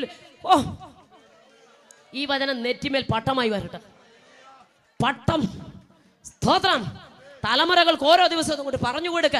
അപ്പനെ നടത്തിയ വിധങ്ങൾ, അമ്മയെ നടത്തിയ വിധങ്ങൾ, പിതാക്കന്മാരെ പാലിച്ച വിധങ്ങൾ ഒന്ന് പറഞ്ഞു കൊടുക്ക. പേരുകൊണ്ട് ക്രിസ്ത്യാനിയാകാതെ ജീവിതം കൊണ്ട് ദൈവത്തെ മഹത്വപ്പെടുത്തുക. സ്തോത്രം. എന്നെ അവിടെ കാണാൻ കഴിഞ്ഞത് ഇതെല്ലാം കൊണ്ട് പൊരുൾ തിരിച്ചപ്പോൾ വെള്ളമുള്ള ഒരു സ്ഥലത്തെത്തി. കൽപ്പന മന്ത്രിയുടെ തേര് നിന്നു. ഇതാ വെള്ളം, ഞാൻ സ്നാനമേൽക്കുന്നതിന് നിനക്കെന്താ വിരോധം? കണ്ടോ, ഇതാ സുവിശേഷം. സ്തോത്രം. പീലിപ്പോസ് പറഞ്ഞു കേട്ടോ, നീ പൂർണ്ണ ഹൃദയത്തോടെ വിശ്വസിക്കുന്നെങ്കിൽ ആകാം. അപ്പൊ സ്നാനം ആർക്കുള്ളതാണ്? ശിശുക്കൾക്കുള്ളതല്ല. സ്വോത്രം, സ്വോത്രം, സ്വോത്രം, സ്വോത്രം. ആർക്കുള്ളതല്ല? പിന്നെ ചോദിക്കും കുടുംബം എന്ന് പറഞ്ഞു. അതങ്ങനെ പറയൂ. ഞങ്ങളുടെ വീട്ടിലെ അപ്പുറത്തെ വീട്ടിലെ ചേട്ടൻ ഇലക്ഷൻ നിന്നപ്പോൾ ഞങ്ങളോട് പറഞ്ഞു കുടുംബമായിട്ട് വന്ന് വോട്ട് ചെയ്യണമെന്ന്. ഞങ്ങൾ പോളിംഗ് ബൂത്തിൽ ചെന്നപ്പോൾ എൻ്റെ കയ്യെ മഷിമുക്കി, എൻ്റെ ഭർത്താവിൻ്റെ കയ്യെ മഷിമുക്കി. 10 വയസ്സുള്ള കൊച്ച, 5 വയസ്സുള്ള കൊച്ച അങ്ങോട്ട് ചെന്നപ്പം എന്താ മുക്കാതെ, എന്താ മഷി കൊടുത്തടാഞ്ഞേ? അങ്ങനെയൊന്നും നിങ്ങൾ പറഞ്ഞ. ആ ചേട്ടൻ വിളിച്ചപ്പോൾ കുടുംബമായിട്ട് വരണമെന്നാണ് പറഞ്ഞത്. സ്തോത്രം. നടക്കുവോ? ഈയിടെ അതിൻ്റെ ഒരു പ്രായപൂർത്തിയുണ്ട്, ഇതിനൊരു പ്രമാണമുണ്ട്. സ്തോത്രം. എന്നാ സ്തോത്രം. വിശ്വസിക്കുന്നെങ്കിൽ പൂർണ്ണ ഹൃദയത്തോടെ വിശ്വസിക്കുന്നെങ്കിൽ മാത്രമാകാം. ഞാനിങ്ങനെ ചിന്തിച്ചു, തമ്പുരാനെ മന്ത്രിയല്ലേ, കസേര അവിടെ ഇരിക്കുക, തേരിലിരിക്കുക, ഞാൻ അല്പം വെള്ളം കൊണ്ടുവന്ന ഇരുവരും വെള്ളത്തിലിറങ്ങി. വചനം അങ്ങനെ തന്നെ പഠിപ്പിക്കണം. സ്തോത്രം. വചനത്തിനകത്ത് മായം ചേർക്കരുത്. കഴിഞ്ഞ ദിവസം ഞാനൊരു പള്ളിയിൽ എന്നെ പ്രസംഗിക്കാൻ വിളിച്ചു, ഒരു പള്ളി ഗ്രൗണ്ടിൽ. എന്നിട്ട് അച്ഛൻ എനിക്കൊരു പേപ്പറിനകത്ത് എഴുതി തന്നു, സ്നാനം മാത്രം പറയണ്ടെന്ന്. സ്തോത്രം. നമ്മൾ മനുഷ്യരുടെ വേലക്കാരല്ലല്ലോ. സ്തോത്രം. ഞാനിങ്ങനെ ദയനീയമായിട്ട് അദ്ദേഹത്തെ ഒന്ന് നോക്കി. എൻ്റെ നോട്ടം കണ്ടിട്ടായിരിക്കും. പിന്നെ ഞാൻ ഇവിടെ വന്നിരുന്നപ്പോൾ അദ്ദേഹം എഴുതി തന്ന എന്തോ വേണേലും പറഞ്ഞോളാൻ. സ്തോത്രം. എല്ലാം കഴിഞ്ഞിട്ട്, നല്ല പ്രായമുള്ള അച്ഛനാണ്, എല്ലാം കഴിഞ്ഞിട്ട് ഇവിടെ പോകാൻ നേരം അച്ഛൻ എൻ്റെ കയ്യിൽ ഇങ്ങനെ പിടിച്ചിട്ട് പറഞ്ഞു, മക്കളെ ഒരു വാക്കൊന്ന് പ്രാർത്ഥിച്ചുകൊണ്ടിരുന്നു. പ്രാർത്ഥിച്ചു കഴിഞ്ഞപ്പോൾ അച്ഛൻ എന്നോട് പറയാം, ഞാൻ രാമേശ്വരത്ത് പോയി 32 വർഷം മുമ്പ് സ്നാനപ്പെട്ടതെന്ന്. ഞാൻ പറഞ്ഞു, എൻ്റെ പൊന്നച്ഛ, എന്നിട്ടാണ് ഈ ജനത്തെ എല്ലാം കള്ളം പഠിപ്പിച്ചു വെച്ചേക്കുന്നത്. ശമ്പളം പറ്റിക്കൊണ്ട് കള്ളം പഠിപ്പിക്കുകയാണോ? സ്തോത്രം. ഹല്ലേലൂയ. സത്യം പൊരുൾ തിരിച്ച് പഠിപ്പിക്കണം. ഇരുവരും വെള്ളത്തിലിറങ്ങി. പീലിപ്പോസ് അണ്ണനെ സ്നാനപ്പെടുത്തി. വചനം നിവർത്തീകരിച്ചോളൂ. ഇരുവരും വെള്ളത്തിൽ നിന്ന് കയറി. ആത്മാവ് വന്ന് പീലിപ്പോസിനെ എടുത്തുകൊണ്ട് പോയി സ്നാനപ്പെടുത്തി. ഉപദേശിയെ കണ്ടില്ലെങ്കിലും വചനം നിവർത്തീകരിച്ചല്ലോ. ദീർഘവർഷങ്ങൾ പള്ളിയിൽ പോയവൻ, നാളുകളോളം ന്യായപ്രമാണം പഠിച്ചവൻ, വചനം നിവർത്തീകരിച്ചപ്പോൾ സന്തോഷത്തോടെ. ജീസസ്. ഇതാ ശുശ്രൂഷ എന്ന് പറയുന്നത്. ദൈവം ഐക്യനിർത്ത്. ദൈവം അത് ഈ 2020 അഭിഷിക്തന്മാരെ കൊണ്ട് അത് ചെയ്യിക്കട്ടെ. അല്ലെങ്കിൽ നമുക്ക് എല്ലാവർക്കും ഒരു നിമിഷം എഴുന്നേറ്റ് നിൽക്കാം. തുടർന്നുള്ള അധ്യായങ്ങൾ നമ്മൾ പഠിക്കുമ്പോൾ 10-ാം അധ്യായത്തിൽ എഴുതിയിട്ടുണ്ട്, പ്രാർത്ഥിക്കുന്ന കൊർന്നല്യോസിന്റെ അടുക്കലേക്ക് ദൂതൻ വന്നു. ജീസസ്. കണ്ണുകളെ അടയ്ക്കാം. 555 കാലാൾപ്പടയും 66 കുതിരപ്പട്ടാളവുമുള്ള റോമൻ സൈന്യത്തെയാണ് ഇത്താലിക്ക പട്ടാളം എന്ന് വിളിക്കുന്നത്. അതിനകത്ത് 100 പേരുടെ അധിപനാണിവൻ. പകൽ 9 മണി നേരം യഹൂദന്റെ സമയം, നമ്മുടെ ഉച്ചയ്ക്ക് ഏകദേശം 2-നും 3-നും ഇടയിലുള്ള സമയം. ഇവൻ ആരാ? എപ്പോഴും ദൈവത്തോട് പ്രാർത്ഥിക്കുന്നവൻ, സകല ഗ്രഹത്തോടും കൂടെ ദൈവത്തെ ഭയപ്പെടുന്നവൻ, ജനത്തിന് വളരെ ദാനധർമ്മം കൊടുക്കുന്നവൻ. പ്രാർത്ഥനാ മുറിയിൽ ശക്തിപ്പെട്ടുകൊണ്ടിരിക്കുമ്പോൾ ദൂതൻ അവിടെ ഇറങ്ങി വന്നു. ദൂതൻ ഇറങ്ങി വന്നിട്ട്, കൊർന്നല്യോസേ ഭയപ്പെടണ്ട. ജീസസ്. ദൈവത്തിന്റെ ജനം ഉറച്ചു നിന്ന് വീര്യം പ്രവർത്തിക്കും. ജീസസ്. നീ ഭയപ്പെടേണ്ട. നിന്റെ പ്രാർത്ഥനയും ധർമ്മവും ദൈവസന്നിധിയിലെത്തി. എന്നെ കേൾക്കുന്ന മാന്യ സഹോദരങ്ങളെ, പ്രാർത്ഥിക്കുന്നവന്റെ മുറിയിലിറങ്ങി വന്ന് ശക്തി പകർന്ന ദൈവം ധൈര്യപ്പെടുത്തിയ ദൈവം പറയാ, കുഞ്ഞെ, കഴിച്ച പ്രാർത്ഥനയും കൊടുത്ത ധർമ്മവും സ്വർഗത്തിലെത്തി. ആരുടെ? സകല ഗ്രഹത്തോടും കൂടെ ദൈവത്തെ ഭയപ്പെടുന്നവൻ, എപ്പോഴും ദൈവത്തോട് പ്രാർത്ഥിക്കുന്നവൻ. ജീസസ്. ഹല്ലേലൂയ. ജനത്തിന് വളരെ ദാനധർമ്മം കൊടുക്കുന്നവൻ. ശ്രദ്ധിക്കണമേ. സ്തോത്രം. ഇവന്റെ മുറിയിൽ വന്നിട്ട് ദൂതൻ പറയുക, കഴിച്ച പ്രാർത്ഥനയും കൊടുത്ത ധർമ്മവും സ്വർഗത്തിലെത്തി. പക്ഷെ നീ അങ്ങ് എത്തണമെങ്കിൽ, ഹലോ, ഇവൻ അങ്ങ് എത്തണമെങ്കിൽ കടപ്പുറത്ത് തോൽക്കൊല്ലനായ ശീമോന്റെ വീട്ടിൽ പത്രോസ് ഉപദേശിയുണ്ട് പ്രസംഗം കേൾക്കാൻ. സ്തോത്രം. നീ കൊടുക്കുന്ന പ്രാർത്ഥന, കഴിക്കുന്ന പ്രാർത്ഥന സ്വർഗത്തിലെത്തും, കൊടുക്കുന്ന ദാനധർമ്മ സ്വർഗത്തിലെത്തും. പക്ഷെ കുഞ്ഞ്, നീ അങ്ങ് എത്തണമെങ്കിൽ ഇവിടെ ചില വചനങ്ങളുടെ നിവർത്തീകരിക്കേണ്ടതുണ്ട്. അതാർക്ക് ചെയ്യാൻ പറ്റും? അല്ലെ, പ്രാർത്ഥിക്കുന്ന പത്രോസുമാർ ദേശത്തുണ്ട്, അല്ലെ വെളിപ്പാട് പ്രാപിച്ചവരുണ്ട്, ശക്തിപ്പെട്ടവരുണ്ട്. അല്ലേ, പ്രാർത്ഥനാ മുറിയിൽ വെൺമാടത്തിൽ കരയുന്ന പ്രാർത്ഥിക്കുന്ന പത്രോസിനെ നീ വിളിക്കേ. നീ കഴിച്ച പ്രാർത്ഥനയും കൊടുത്ത ധർമ്മവും സ്വർഗത്തിലെത്തിയാ പോരാ കുഞ്ഞേ, നീയും അവിടെ എത്തണം. 3 പേരെ വിട്ടു. വെൺമാടത്തിരുന്ന് പ്രാർത്ഥിക്കുന്ന പത്രോസിനും ദുപ്പട്ടി പോലെ 4 കോണം കെട്ടിയ പാത്രം ഇറക്കി കാണിച്ചു. സകല ജീവജന്തുക്കളും അതിനകത്തുണ്ട്. അറുത്തു തിന്നെ, നികൃഷ്ടമായത് മലിനമായത് ഞാൻ ഭക്ഷിക്കില്ല. ഞാൻ വിശുദ്ധീകരിച്ചെന്നെ നികൃഷ്ടമെന്ന് നീ പറയരുത്. 3 പേർ വാതുക്ക നിപ്പുണ്ട്. പൊയ്ക്കോ. പ്രാർത്ഥിക്കുന്ന കൊർന്നല്യോസിന്റെ ഭവനത്തിലേക്ക് പത്രോസ് ചെന്നു. പ്രാർത്ഥിക്കുന്നവനല്ലേ, ധർമ്മം കൊടുക്കുന്നവനല്ലേ, പിന്നെ എന്റെ കുറവ്. അവിടെ ഒരു ആത്മാവിന്റെ ചലനം നടക്കണം. ഈ ജനത്തിലൊരു ശക്തി പകരപ്പെടണം. ഇവിടെ ഒരു ദൈവിക ചലനം ഉണ്ടാകണം. അതിന് അഭിഷേകമുള്ളവൻ വരണം. അതിന് പ്രാർത്ഥന മാത്രം പോരാ, അതിന് ദാനധർമ്മങ്ങൾ മാത്രം പോരാ. വചനം പൊരുൾ തിരിച്ചു വരുവാൻ പഠിപ്പിക്കാൻ കുഞ്ഞേ നീ ഉപദേശി കാണുമ്പോ വാതിലടയ്ക്കാതെ പത്രോസിനെ അകത്ത് വിളിച്ച് പ്രസംഗം കേൾക്കാൻ. ഉപദേശിമാരെ കാണുമ്പോ വാതിലടയ്ക്കരുത്. പ്രാർത്ഥിക്കുന്നവർ രാജ്യദ്രോഹികളല്ല, അവർ രാജ്യസ്നേഹികളാണ്. അവർ നശിച്ചു പോകുന്ന തലമുറകൾക്ക് വേണ്ടി പ്രാർത്ഥിക്കുന്നു, അവർ നേതാക്കന്മാർക്ക് വേണ്ടി പ്രാർത്ഥിക്കുന്നു. ഇന്ന് രാത്രി പ്രാർത്ഥിക്കുന്നവർ കടന്നു വരുമ്പോ സ്നേഹിതാ, നിന്റെ വാതിലടയ്ക്കാതെ നീ വാതിൽ അവർക്ക് തുറക്ക്. പൊരുൾ തിരിച്ചു പഠിപ്പിക്കുവാൻ ആത്മാവിന്റെ കൃപ പ്രാപിച്ചവന് മാത്രമേ കഴിയൂ. പത്രോസ്ലിഹായെ കണ്ടപ്പോൾ കൊർന്നല്യോസ് വീണ്ടും നമസ്കരിക്കാൻ ചെന്നു. പത്രോസ് പറഞ്ഞു, അരുത്, ഞാനും നിന്നെ പോലൊരു മനുഷ്യനാണ്. ദൈവത്തെ അല്ലാതെ മറ്റാരെയും ആരാധിക്കരുത്. കണ്ണുകളെ അടച്ചാട്ട്. സ്വർഗത്തിലെ ദൂതനെ കണ്ടപ്പോൾ വെളിപ്പാട് പുസ്തകത്തിൽ യോഹന്നാൻ വീണ്ടും നമസ്കരിക്കാൻ ചെന്നു. ദൂതൻ പറഞ്ഞു, അരുത്, ദൈവത്തെ മാത്രമേ ആരാധിക്കാവൂ. സ്നേഹിതരെ, സ്വർഗത്തിൽ നിന്ന് ഇറങ്ങി വന്ന ദൂതൻ പോലും ആരാധനയ്ക്ക് പാത്രീഭൂതനല്ല. പിന്നെ ഇന്നലെ ചത്തുപോയൊരു മനുഷ്യൻ എങ്ങനെയാകും? സ്തോത്രം. ദൈവത്തിന് മനുഷ്യർക്കും ഇടയിൽ ഏക മധ്യസ്ഥൻ, എല്ലാവർക്കും വേണ്ടി മറുവിലയാ തന്നെത്താൻ ഏൽപ്പിച്ചു കൊടുത്ത ക്രിസ്തു മാത്രം. കണ്ണുകളെ അടച്ചാട്ട് ഒരു നിമിഷം നാം പ്രാർത്ഥിക്കാൻ പോകുക. ദൈവം തന്റെ ജനത്തിന് ശക്തി നൽകും. ഏത് ജനം? ദൈവം വേലി കെട്ടി സൂക്ഷിച്ച ജനം, തനിച്ചു പാർക്കുന്ന ജനം. Oh Jesus, praise the Lord. പണ്ടേ സമ്പാദിച്ച ജനം, ദൈവത്തിന് വേണ്ടി ഉറച്ചു നിന്ന് വീര്യം പ്രവർത്തിക്കുന്ന ജനം. അവസാനമായ ഒരു വാക്കൂടെ ദാനിയേൽ 12:1 പറയുന്നു, ജീവന്റെ പുസ്തകത്തിൽ പേരുള്ള ജനം. അതാണ് ഒടുവിലത്തെ സന്തോഷം. കണ്ടോ? ജീവപുസ്തകത്തിൽ പേരുള്ള ജനം. കണ്ണുകളെ ഒന്ന് അടച്ചേ, ആ പേര് പുസ്തകത്തിലുണ്ടോ? ഹല്ലേലൂയ. മോശെ ഒരിക്കൽ പ്രാർത്ഥിച്ചു, ആ പേര് മണ്ണിൽ എഴുതി വെക്കല്ലേ. ഈ ഭൂമിയിലായിരിക്കുമ്പോൾ സ്നേഹിത, ഒരുറപ്പ് വേണം, ജീവന്റെ പുസ്തകത്തിൽ എന്റെ പേര് വേണം. റോമർ 4:4 പറയുന്നു, ജീവപുസ്തകത്തിൽ പേരുള്ള ക്ലേമന്റ് മുതലായ സഹോദരങ്ങൾ ജീവനോടെ ഭൂമിയിൽ ഇരിക്കുമ്പോഴേ സ്വർഗത്തിൽ പേരുണ്ടെന്നൊരു ഉറപ്പ്. ജീവന്റെ പുസ്തകത്തിൽ പേര്. കണ്ണുകളെ അടച്ചാട്ടാൻ ഇന്ന് രാത്രി ഞാൻ വിളിച്ചു പറയാം. നാറ്റം വമിക്കുന്ന അവസ്ഥയിൽ, ജീർണിച്ച അവസ്ഥയിൽ, ആർക്കും വേണ്ടാത്ത അവസ്ഥയിൽ, എല്ലാവരും കൈവിടപ്പെട്ട അവസ്ഥയിൽ ജീവന്റെ തുടുപ്പുമായി ചില ഉപദേശിമാരെ ദേശത്തേക്ക് ദൈവം അയച്ചു. അവർ വിളിച്ചു പറഞ്ഞു, മരിച്ച ലാസറിനെ ഉയർപ്പിച്ച ഒരു ദൈവമുണ്ട്. ലാസർ എന്ന് പറയുന്ന വ്യക്തി അവരോടൊപ്പം ഉള്ളതാണോ ബൈബിളിലാണോ തിരിച്ചറിയാൻ പറ്റാത്ത ജനത്തിന് നടുവിൽ അവർ പ്രസംഗിച്ചു. ഒടുവിൽ ഭവനത്തിലേക്ക് ക്ഷണിച്ചു. ക്ഷണം സ്വീകരിച്ചു വന്നവർ കിടക്കയ്ക്ക് ചുറ്റും നിന്നുകൊണ്ട് ആത്മാവിൽ ഇങ്ങനെ പ്രാർത്ഥിച്ചു. ഏതാത്മാവിൽ? അല്ലെ, കഴിഞ്ഞ നാളുകൾ ഞാൻ പരിഹസിച്ച പരിശുദ്ധാത്മാവിൽ, കഴിഞ്ഞ കാലങ്ങൾ വലിച്ചു കീറിയ ദൈവവചനം ഉയർത്തിക്കൊണ്ട് ഏത് നാമത്തെ ദൃശ്യോ അതേ യേശുവിന്റെ നാമം ചൊല്ലി പ്രാർത്ഥിച്ചു. ആ നിമിഷത്തിൽ കറണ്ട് പാസ് ചെയ്യുന്നത് പോലെ ഒരദൃശ്യമാകുന്ന ശക്തിയോ പരിശുദ്ധാത്മാവിന്റെ ചലനോടെ വെളിപ്പെട്ടപ്പോൾ ആ ശക്തി എന്റെ മേലും വ്യാപരിച്ച് അന്നു പകൽ ദൈവം സൗഖ്യമാക്കി. രാത്രിയിൽ വിശ്വസിക്കുന്നവരോട് ഈ രാത്രിയിൽ എന്റെ മേൽ അഭിഷേകത്തിന്റെ ശക്തി കർത്താവേ, ഒരു ഏലീശയെ പോലെ ഈ 2020 കഴിഞ്ഞ കാലങ്ങളെ പോലല്ല, ഇരട്ടി ആത്മാവിന്റെ പകർച്ചയോടെ സ്തോത്രം.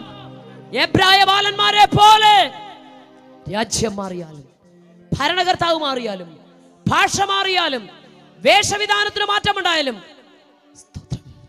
പ്രമാണത്തിന് മാറ്റമില്ലാതെ ഒടുവിൽ നെബൂഖദ്നേസർ വിളിച്ചു പറഞ്ഞു, ഇതുപോലെ വിടുവിക്കുന്ന മറ്റൊരു ദൈവമില്ല.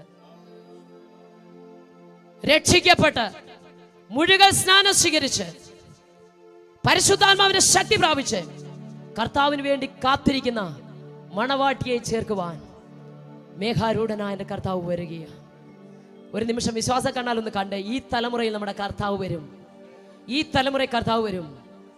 കർത്താവ് തൻ ഗംഭീരനാദത്തോടും പ്രധാന ദൂതന്റെ ശബ്ദത്തോടും ദൈവത്തിന്റെ കാഹളത്തോടും കൂടെ സ്വർഗത്തിൽ നിന്ന് ഇറങ്ങി വരികയും ക്രിസ്തുവിൽ മരിച്ചവർ മുമ്പേ ഉയർത്തെഴുന്നേൽക്കുകയും ജീവനോടെ ശേഷിക്കുന്ന രൂപാന്തരം പ്രാപിച്ച് അവനോടുകൂടെ മേഘങ്ങളിൽ എടുക്കപ്പെടുകയും ചെയ്യും.